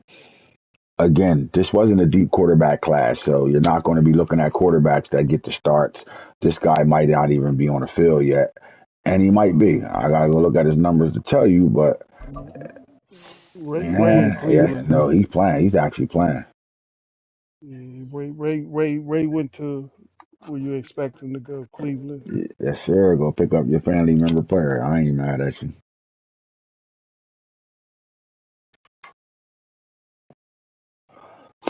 Look, Britton Stewart is the quarterback over there. Look, that means that I'm assuming that Josh Allen is in free agency or a backup, or they went with the young guy here, 5'11", 222 pounds, 507 yards, 2 touchdowns, 2 picks right now. Looks like he the guy.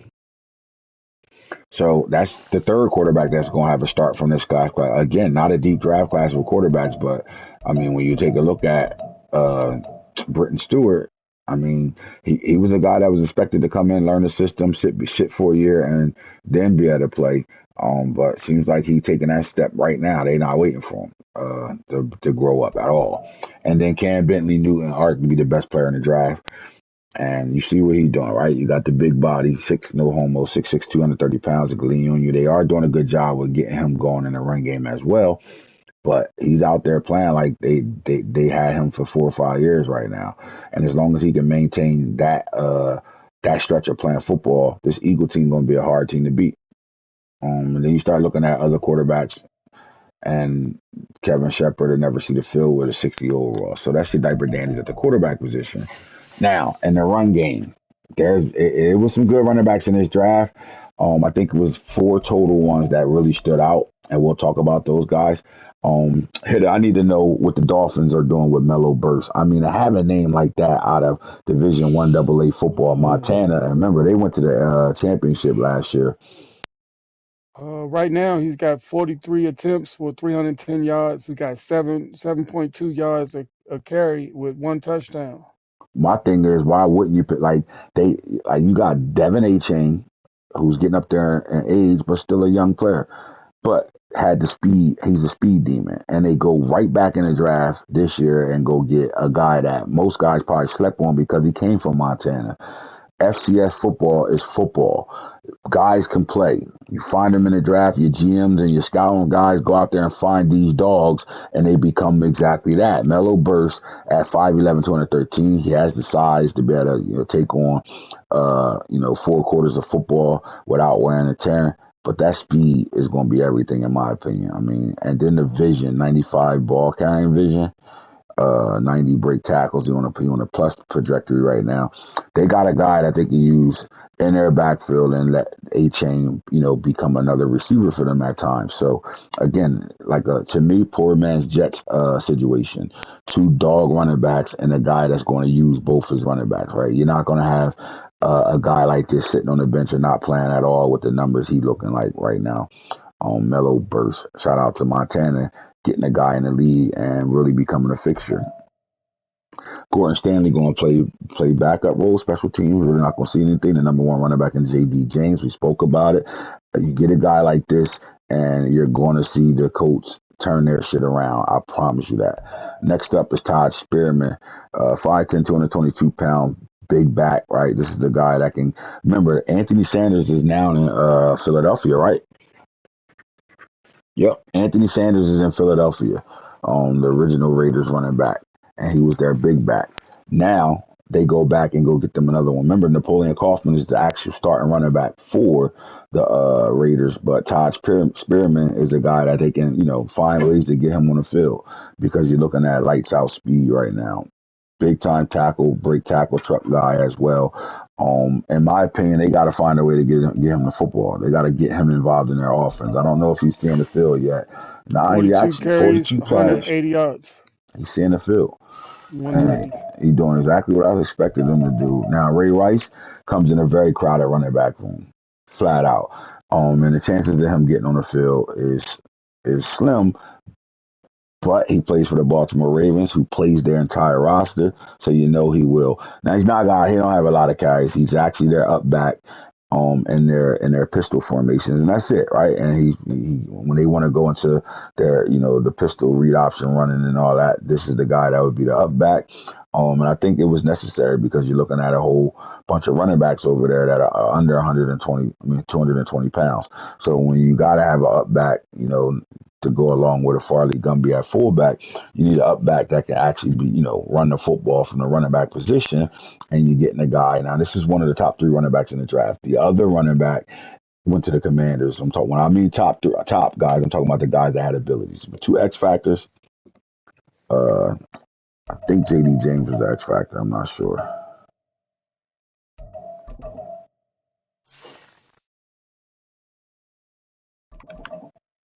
hmm It was 2 X factors and a superstar out of the rookie class in the running back position. Anybody else that has it either got it from a gift or a package. Simple as that, right? Like Todd Spearman wasn't a ability guy. Ray Rice was. He was the X factor, second X factor in that draft. So you bring in Ray Rice, the motherfucking the DV guy. He's trying to erase his dad's name as a DV. Found guilty of DV, and he want to Domestic become violence. he wants to become a guy that can help restore that last name and Baltimore. And John Harbaugh took a big fly on this because you know how people come out the woodworks when they be like, fuck that, his son just as guilty as his dad. For what? What he do? But there you go, Mississippi State, Ray Rice, X Factor back.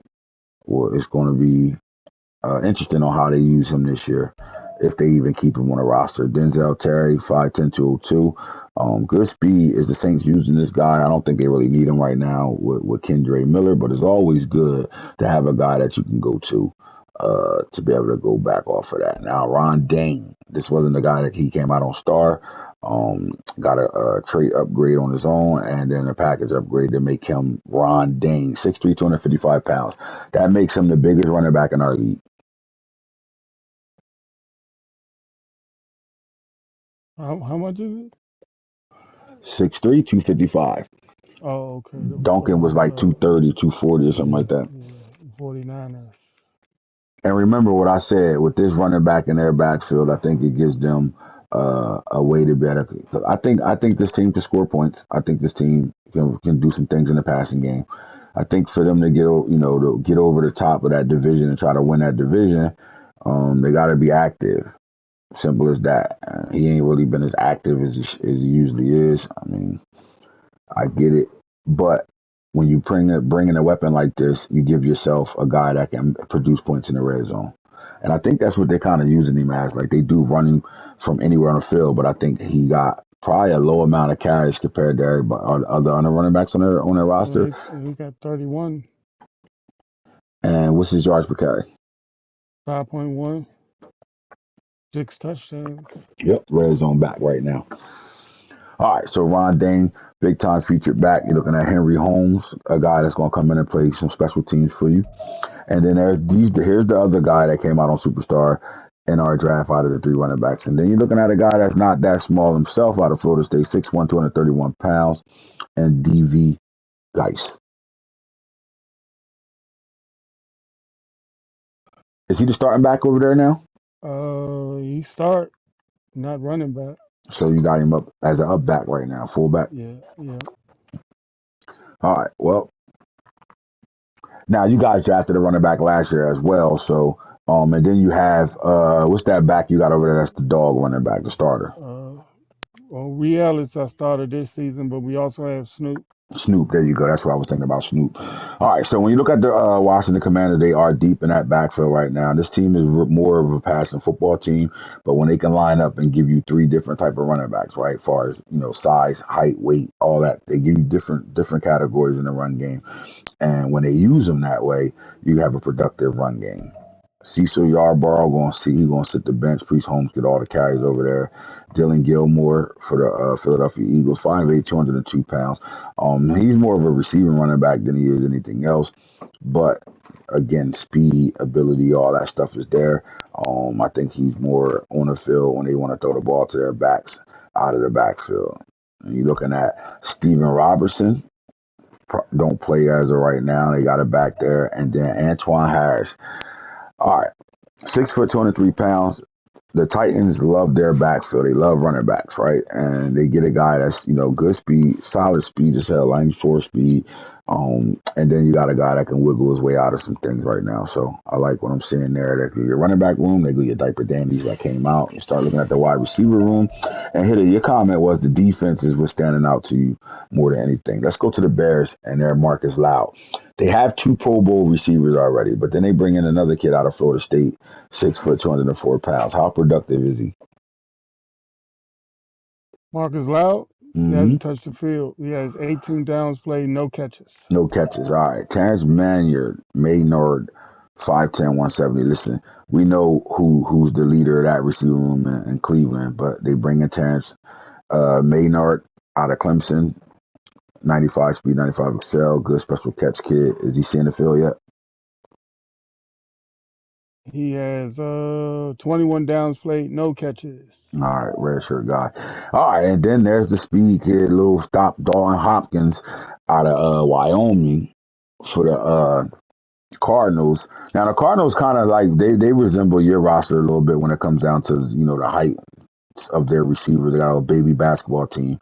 But my question to you is this guy. I mean, you're looking at a kid, 94 speed, 97 excel, but then you're looking at 99 special catch. So this guy isn't a kid that can't go get a football in a 50-50 situation. That means he got bunnies.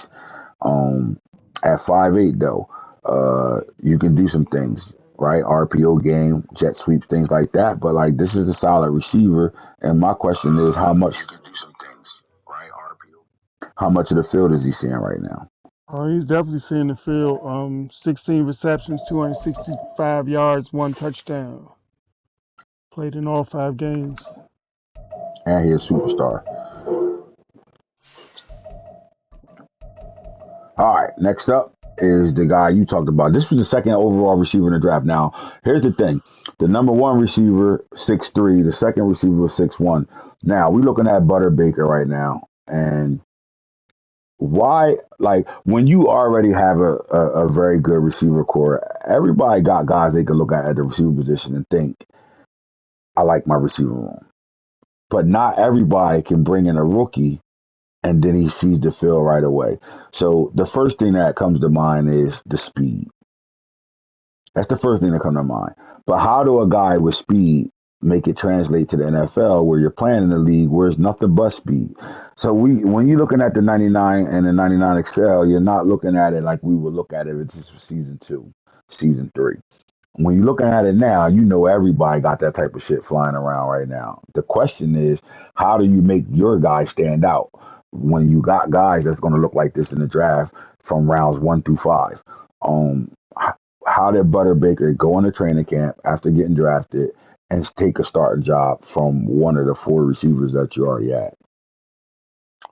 He came in and he played. He had a great training camp, and then it translated into the preseason, and then week 1 we played against Cleveland, and he made a couple of catches in the hole, and it was like, oh, this guy can play. So he went from number 4 to number 3. All right, and that's you said exactly what I was waiting for you to say. Being able to make the catches in the hole, right? This is the separation between a rookie that you know that's on his way to superstar, right, level, or a rookie that's just got to give him a red shirt year, or he could play but it ain't consistent. I'm scared to really give him the ball because he ain't gonna better do the shit that the guy that been there for 5 to 7 years is going to do. And that's catch the ball in a hole. That means with the way knockouts are all over the field, him to better hold on to the football means it gives you a guy that's consistent and a guy that you're comfortable with, and you know you can count on him as a diaper dandy to better make tough catches in situations where you need him to be tough at. So he's a top 3 receiver for our stats, yards, and stuff like that. And then he comes out as the number 2 overall receiver in the draft, and it's starting to show in Washington right now. Butter Baker, solid player right now. Brandon Hatchett, right? This kid is a kid from out of Illinois, good speed, X Factor, 97 overall right now with the Red Arrows up. And Brandon playing for the Texans gives them another weapon to go at Randy Thomas, and you're seeing it. 3 touchdowns, 15 catches, 242 yards. That gives them another weapon in that offense to go along with the factor back and Randy Thomas, the wide receiver right now. Stephen Barnett, good speed, 6'1", 208. I think he's starting to get it to go now, but the Chargers have been missing the number 1 receiver throughout the entire disc. Maybe they landed on one with Stephen Barnett.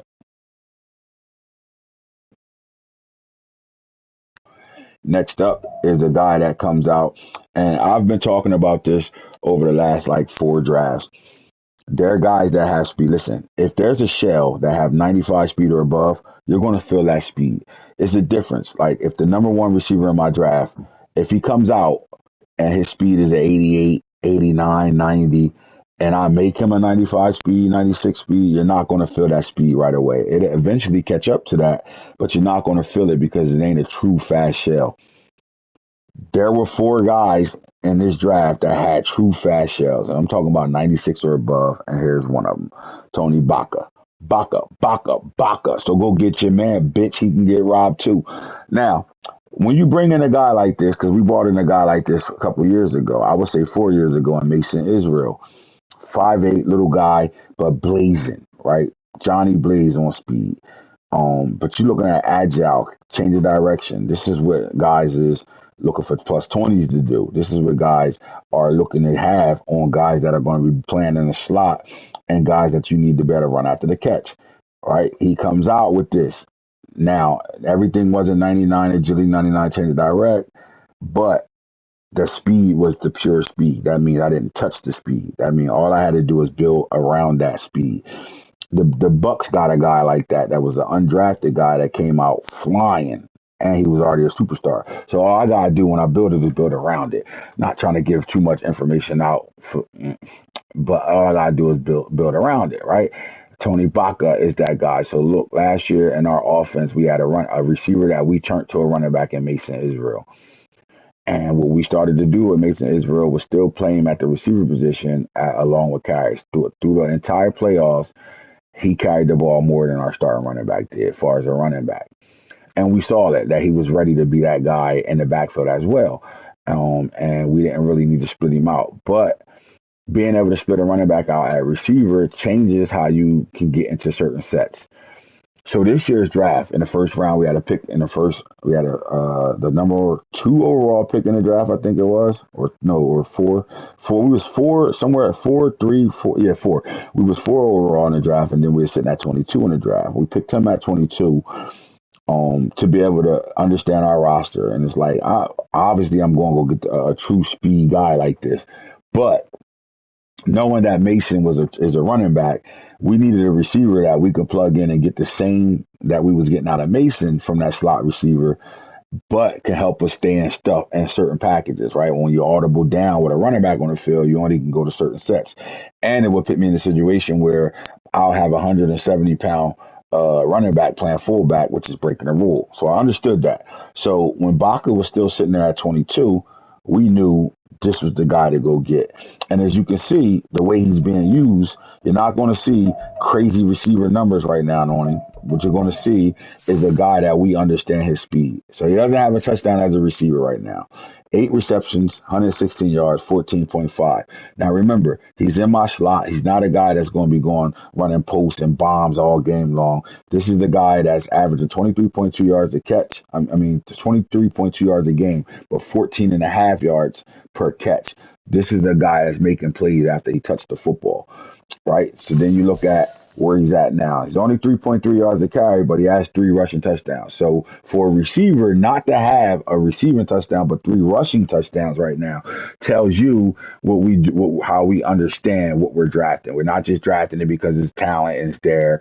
We're not just drafting it. We made him become a player of need. And then we understand, you know what? We're going to take Mason and make him become a guy that's going to be more in the run game for us. So we don't need him running kickoffs and punts back as much, right? 8 yards a punt. And then you look at the kick return, he has 524 yards. He averages damn near 30 yards a return and a touchdown in the long game. So we turn the weapon into what he's supposed to be, and it helps us stay in stuff that we need to stay in, as far as audible and down. So I love this pick. And to be honest with you, he was one of the top 5 players in the draft overall wise. But because he was 5'8", he would have never went in the top 5 overall, because guys aren't interested in these type of receivers that small. But we like Baca, and we think his future is bright in Baltimore. As we continue to go down and looking at some of these receivers, you got Sean Pinkins, 6'2", 211 out of Alabama, solid receiver. Ethan Watkins, 6'3", 213 pounds out of Lafayette. You got Kelvin Kidd. Now here's the dangerous part of Kelvin Kidd. At 6'5", 220 pounds, anytime you got a guy that got great or elite speed, and you saw the 40 time, you tell me how a guy with that type of stature can slide, because he's a guy that slid in the draft. Round 2, pick 32. That means he went damn near to the 3rd round before 6'5", 220 pounds with speed was selected. How does that happen? Not paying attention to what's in the draft. Right. So when you take a look at needs, right? When you the Seahawks and you picking at 30, 31, 32 every year, right? At the end of each round. At the end of each round. So you got to be able to, you got 31 guys that are going off the board every round before you pick. But you still got to look at your roster for what it's worth, right? He won a Super Bowl with throwing a ball to a running back, a tight end, and 1 receiver for the majority of the game. When I paid attention to anybody else catching the football, it was DK Metcalf. But DK Metcalf can't be the strong DK Metcalf that was a 1,500-yard receiver every year for the Seahawks anymore because of his age. I don't even think he's on the roster. What they did was they saw their future, right? They go get Kelvin Kidd, and they go get a stud at 6'5", 220 pounds. And what you're going to see is production off this receiver, because it's the build mode. Now, some will say, well, what do we need to be built for? You're already an X factor, right? That's not the build I'm talking about. The build I'm talking about is the gel process. Remember when Hitter said, I like Butter because he catch the ball in the hole. That means knockouts aren't affecting him as much as, you know, you would think it would as a rookie. And I think that's what Kelvin Kidd is going to bring to the Seahawks offense. It doesn't matter how good any receiver on that roster is. If you're not part of the three-man system over there, the triple threat that they have over there, it doesn't matter, right? You're just going to be a guy that guy has a good overall abilities on him and can be able to make a catch for you once or twice a game if you need. Well, for them to get a steal as a guy that should have went in the first round, right? Not the third round, not the top of the third. He should have went in the first 15 picks of the first round. To get a guy like that late and to be able to plug him in, now you fill that hole of what DK Metcalf left you, and you're looking at a guy that's potentially your new number one target, right? When you have the kid from out of Ohio State is getting up there in age as well right now. You got a guy that's going to carry you through the rest of this disc, and you don't lose a beat. But the difference is now you're getting a guy again, DK Metcalf. So my question would be, do they approach him different than they approach DK Metcalf? DK Metcalf stayed on the outside. Again, 1,500 yards this season. But it was all about what the slot receiver was doing. Hit it right now. I can't remember his name off the top of my head. Jackson Smith. There you go, Jackson Smith the Jigba, right? They don't need Kelvin Kidd to be able to do what Jackson Smith the Jigba does for this team. But it would be a luxury if they get him to be able to do what Jackson Smith the Jigba do with this team. Right now, he's doing whatever he want to do. Mm-hmm. 32 catches, 453 yards, and 7 tutties. And if you stay on this pace, by the time you get to the playoffs, you're gonna have a guy that's gonna be well seasoned with stats, right? And that's the other part of building a guy. You can have guys that can sit on the bench and build, and you can build them through many games, trainings, and things like that. But when you got a guy that's actively playing and doing things, and like for example, Perry Walton for the Bears, the Bills haven't had success in the season really at all. But for 2-3 year run, their rookie receiver Reggie Moss had an amazing rookie year, second sophomore year, and the third year. Now, just by him being developed that way and having a production, he's a 1,000-yard receiver on go without Boone even looking at him as the number one receiver anymore.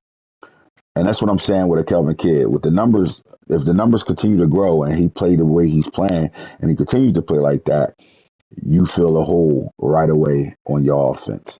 Not only that, you also building your future on your offense. And that's a luxury for the Seahawks because this is something they haven't had to do all this whole disc. This whole disc has been the same players on the field year in and year out.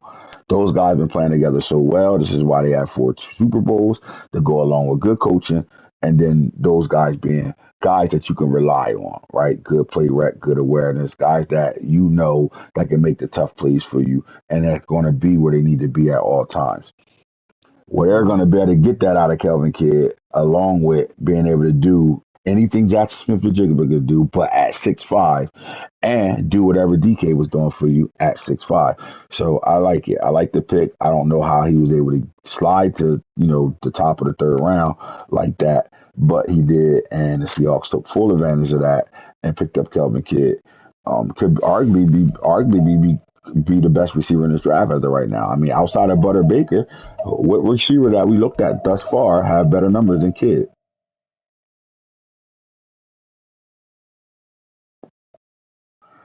And your silence tells me it all. Ernest Gary, 6'3", 209, Miami won't really do anything. Peter Lane, 5'11", another big piece for the Panthers to better figure some things out offensively. You're looking at Steven Jackson, 6'2", 210 out of Middle Tennessee State. Probably not going to see the field yet. Eric Barrett definitely ain't seeing the field at all right now. And you got Donnie Malone, 6'2", 228 pounds out of Florida State. Another white boy at the receiver, a superstar who will see the field. Brian Randall out of Cardinals, another 5'11". They went small this year at the receiver position versus tall a couple of years ago. But speed demon as well. And then remember Brian Randall out of Texas Tech. Honestly, it was going to be him or Baca would have been my pick at 22. He went before Baca, and they got themselves a stud right here. I mean stud. When you got a guy right now that looks the way he looks, look at him. Agility. This is Baca, just 1 point lesser than him when it comes down to agility, jumping, release, all that stuff, right? Like everything's there for him. So they got two guys that they brought in the building that can give them some RPO play, and they really do run the RPO out there in Cardinal land, and it gives them guys that got the speed that can stretch the defense as well. So I like it, completely like it in Randall. Then you're looking at Dorial Green Beckham. That name haven't been around for long. We gotta make him a little taller. I'm sorry, I know y'all want to hear that shit, but you gonna give him the name, he gotta fit the bill. How's he doing for the Rams right now? Because we know what he does with guys. If he's featuring him, I'm gonna go take a look at what he's doing. Stat wise, he's about to unlock 19 catches, 231, 2 touchdowns. Yep. Now the problem with him is, what does he unlock to?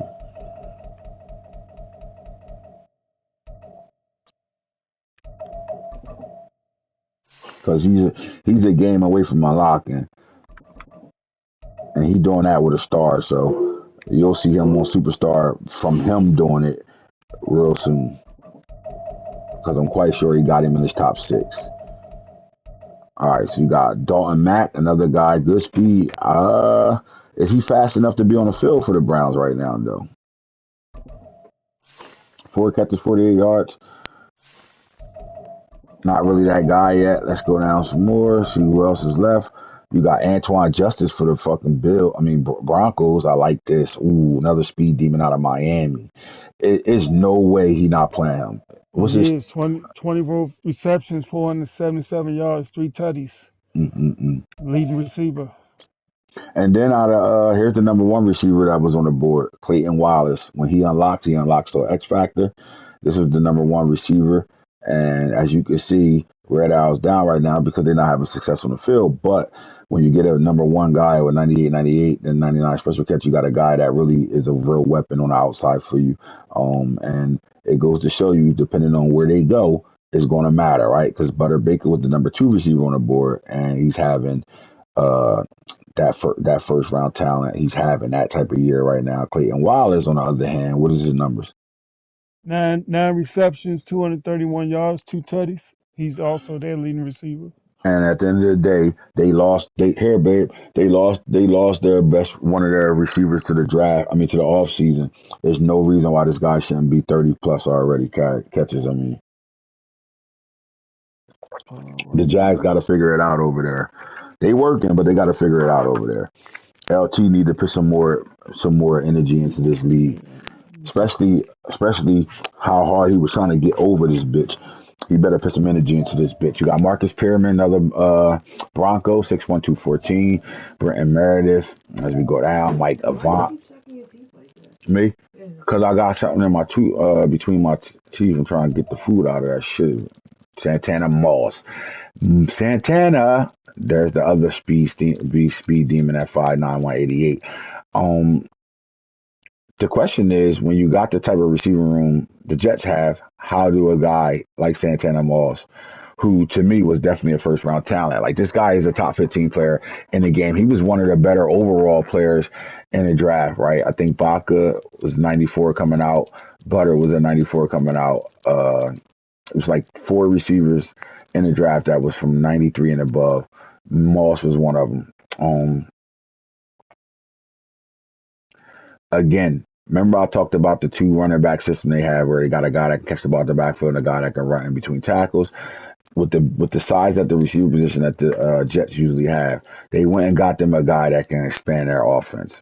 To me, Santana Moss shows me that they're a great tap into a little bit of the RPO game. And I think that's what he can bring to the table for this team, and be a really, really, really big time threat from the slot position. So take a look at what he's doing stat wise right now, man. Take a look at 11 for 193 touchdowns. So they working him in right now. Remember, Maurice Teller and Will Falk all got 9 touchdowns and like 700 yards receiving. So there you go at the receiver position. 887, 8650, Yes, sir. 650. All right, it was 3 really good tight ends that came out this draft.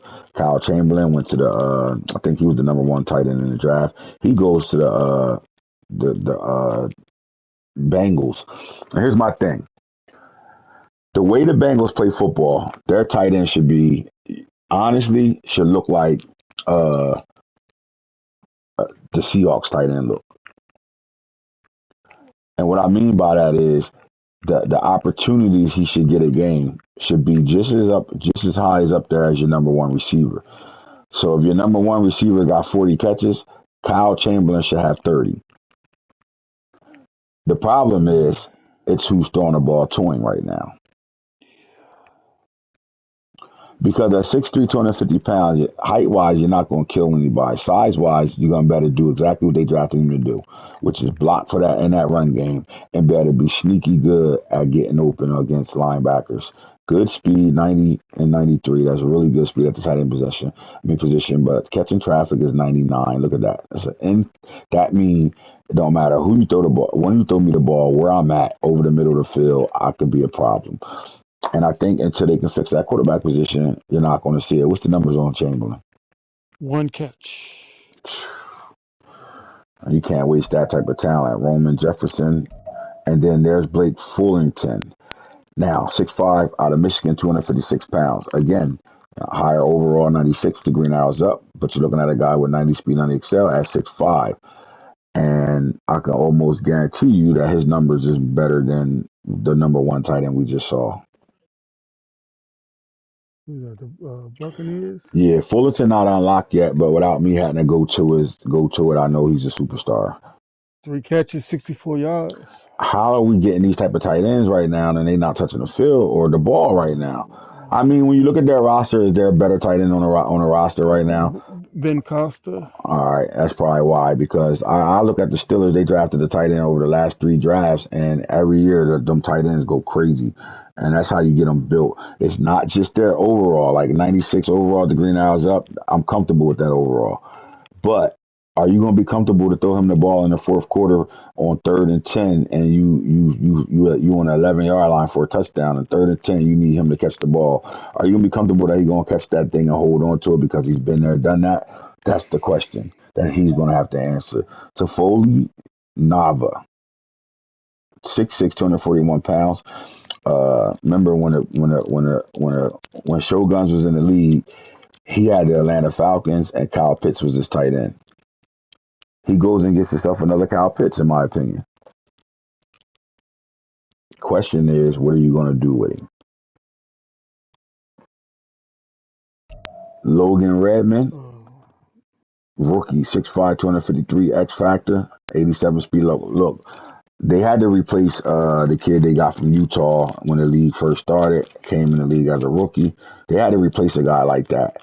They needed a guy that could be a security blanket for their young quarterback. And I think Logan Redmond does that because not only is he a guy that can, catch the football and really catch the ball in traffic, special catch as well, he's a guy that can block along with, everything else. So, like, you're dealing with a guy, to me, that should be, if he's not the number 1 tight end, he should be at least the number 2.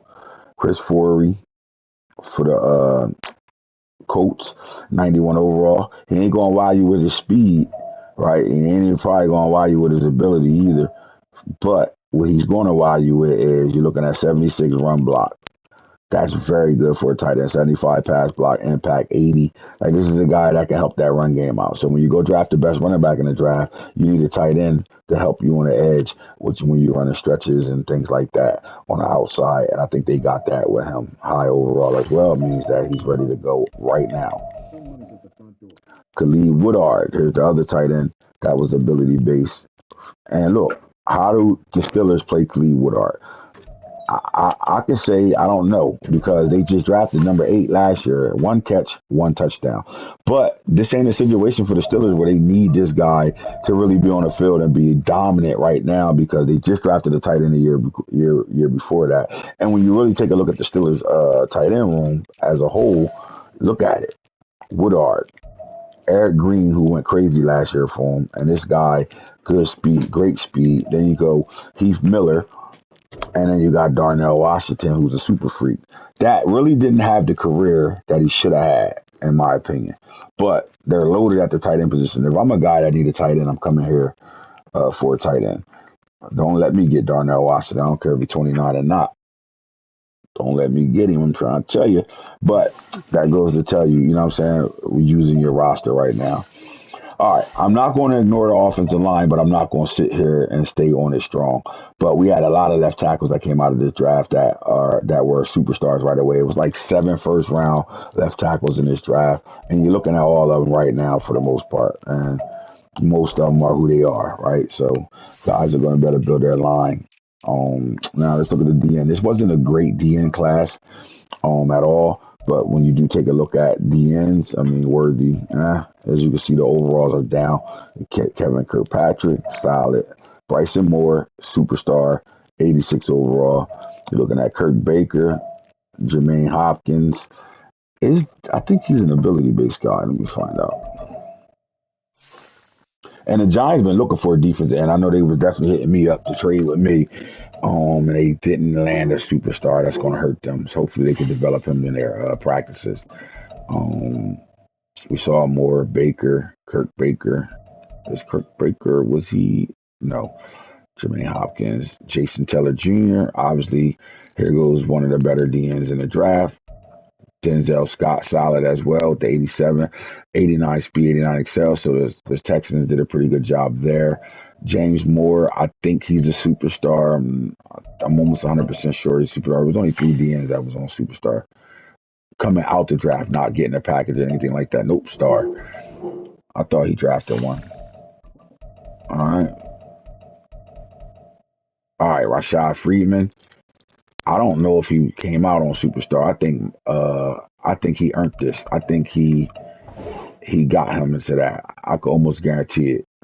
Let's go look. I could almost guarantee that shit, bro. I bet you he got the upgrade himself. Whether it was training camp or during the practices. I don't see it so far. Come on, prove him right. Oh, they ain't gonna go past regular season week 12. Wait, what? He not even a Last rookie. year, you're not a rookie. No. Oh, that's why. I went past the rookies. I'm sorry. All right, yeah, there we go. All right, here we go. Right ends. Derek Chapman, Clyde Compton, really good speed, but not ability base. Solomon Brown, here you go. 6'6", 311. I knew Max drafted a superstar. Junior Bradford, another superstar. He was one of the top 3. Thomas Baker, he ass. He ain't even a rookie. D tackles, I know the Bucks drafted one. So we got Connor Bibbs, Bass Knight, Denzel Brackett. I'm looking, here you go, Jeff Mays, 6'7", 380. And this is why, in my opinion, and I don't think I'm picking on my boy Snake, but this is why, in my opinion, I would have drafted the quarterback 2 years ago instead of the 400-pound, 6'8", 400-pound freak. And the reason why is because one's coming out again, and you've been in the top fucking 5 for the last 3 to 4 seasons. So you'd have been able to get a guy like Jeff Mays, who, in my opinion, probably went in the first round, but he didn't go high if he went in the top 10. 5. Yeah, he went in the top 10. I'll just great slide back to that. But you get a 6'7", 380-pound guy in the top 10 already, and look at him, 5 tackles, 5 assisted, 10 tackles, 1 tackle for loss, 1 sack. And this is what it's supposed to look like. He even got a deflection right now. But 5 games in. in my opinion, you can get these guys, right? He ain't the only guy that's sitting there because the Saints went and got Ben Overstreet. And I like Ben Overstreet for one reason. At 6'3", 290, not the highest in height, not the biggest D tackle in the world, but you don't find too many D tackles with DN speed from the gate. And Just because he's only 290 pounds doesn't mean he can't bench press the house. 96 strength, but then power moves is 95. Look at this. Finesse move 93, block shed 90, tackle 98. They got themselves a dog. And this is why you're seeing Breezy playing at the level he's playing right now because they got another guy on the inside that's helping out with some of that inside shit that's going on. I like it where Overstreet got. And then when you take a look at Overstreet, we're looking at a guy that I can almost guarantee is a superstar because I remember him. And I remember thinking about I'm gonna draft his ass, and bang. Now the other part to that is when you look at where he was drafted at, you ask yourself, is it because he was 290 pounds at 6'3"? Is the reason why he fell? Because he fell in the draft. Round 5, pick 20. That's the type of talent he got in the 5th round. Floyd Turner, 95 with the green arrows up, 6'7", 353 out of Texas Tech. There we go. Right? So then you get these big body guys. Not only is he 6'7", he's 353 pounds. He's almost 400 himself with 80 speed, 85 excel, 98 power moves, 90, 91, 98 tackling. This is a dog to go along with the dogs he already had amongst that D line. And then you see the Rams getting better, and they're able to be able to do some things with that type of talent running around. Next up, Ricardo Green, 6'6", 319 pounds. He's not a ability player, is he? This your guy, hitter, 6'6", 319. Yeah, I think he's a star. Let me check. He's not getting on the field right now, so I was focusing on him. Yeah, he's a star. Exactly. All right, but size, Ricardo, 6'6", 319. Sammy Hightower. Then we're looking at Mac Rhodes, Bernard Hatchett, rookie, 91. At 320, solid. All right, and then Dontrell Agnew. This was a really good deep linebacker class, and we're going to just go over the left outside linebackers, and we're going to stop there. But Bryson Stuckey, anytime you get a guy that 91 with the green hours up, so that means somewhere between 89, 88 to that 90. But the tackling is 92, the hit power is 93. He's going to be a development project because I told y'all the Browns spent time on their linebacker room over the last couple of drafts. So this is a guy that you get a really good overall guy, 90 speed with the green hours up. But this is a guy that you can have on the special teams and he can develop for a year before you got to worry about him.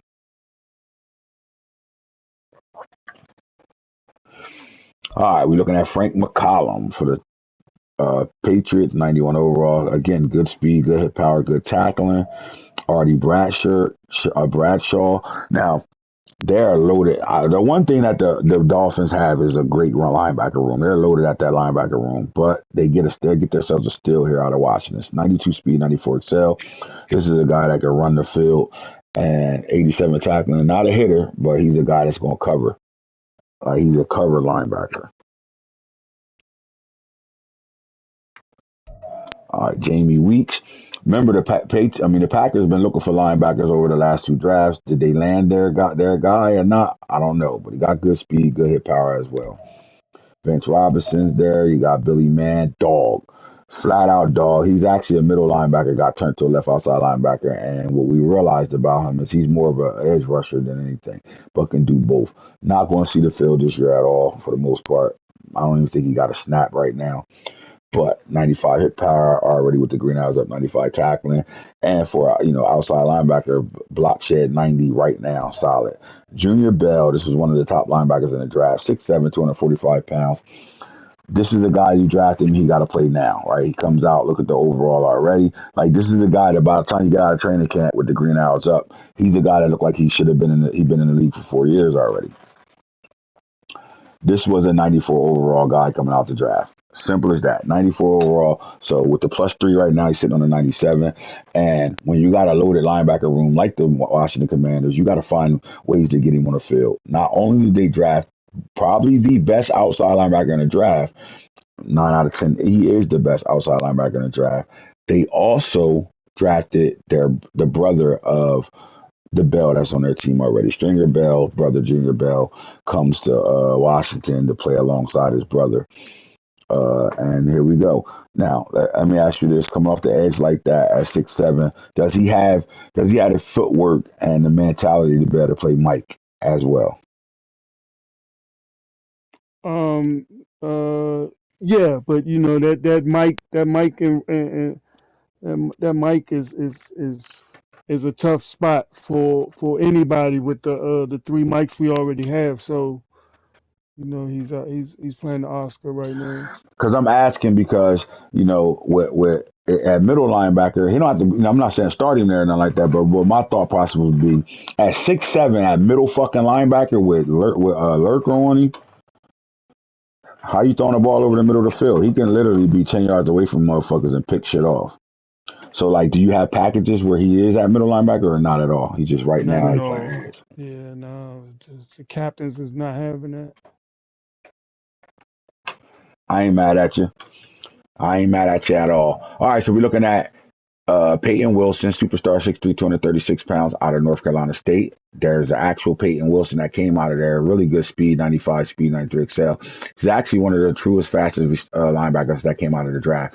The fastest went to the Bengals at pick 3 with 96 speed, 96 excel. But a guy that can hit like that, 95 hit power, he letting you know some things right there.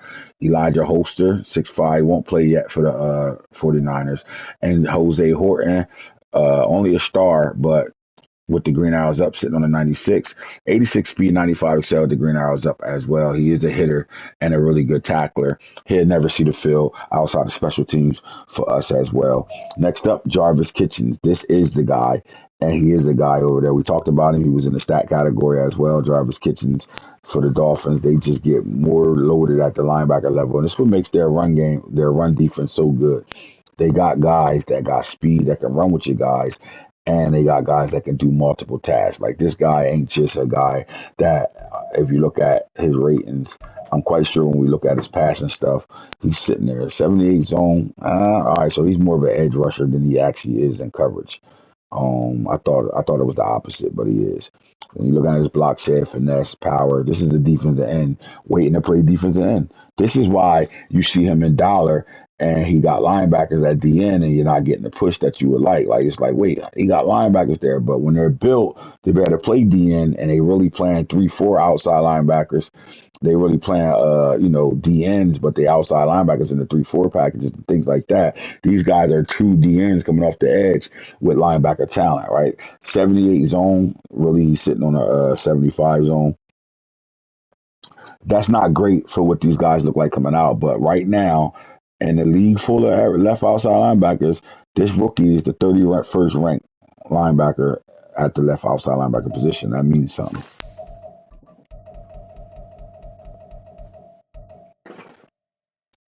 Here's another middle linebacker turned outside linebacker.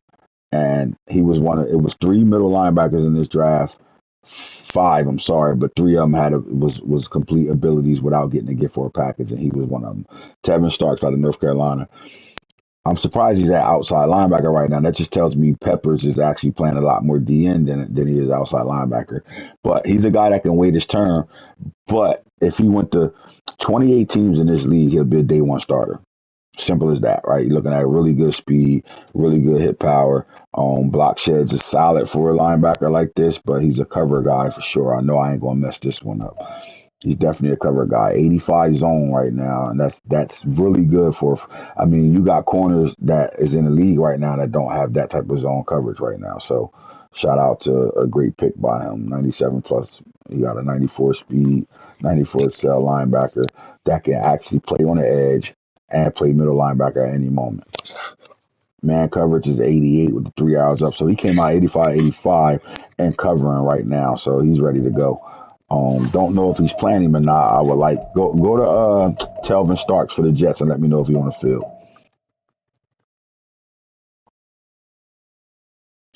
And when you think, Starks. yeah, Starks. When you think about it, like if I'm Falk, you've built good enough to better worry about your division. You don't have to remember. I say build for your division and win outside of your division. He got What 5 tackles right now. what Tevin Starks does for him is give him speed. Right when he playing the Baltimore Ravens once a year and then twice a year, once in the regular season and once in the playoffs. he has to spend a lot of resources at from the safety sub linebacker position, putting guys in the on the field at linebacker that got the speed to better run with my quarterback. Simple as that. Even if I don't run him as much as I used to or whatever, the threat of him being able to run is still there. What this does is keep you in big packages, right? You can go in a nickel and keep him on the field at middle linebacker and contain a quarterback that got speed, period. And you know he's fast enough to run with the guy. And I think that's what, you go get a guy like this does for you. Simple as that. With that being said, I'm man, here's the franchise guru, man. Look, Mad Franchise Junkies, we got some big things coming up, man. All y'all that's locked in with us, stay locked in with us, man. All the noise around you is always going to be noise around you. But other than that, you stay locked in. And if you're enjoying yourself, continue to do so. With that being said, we out there. Holla.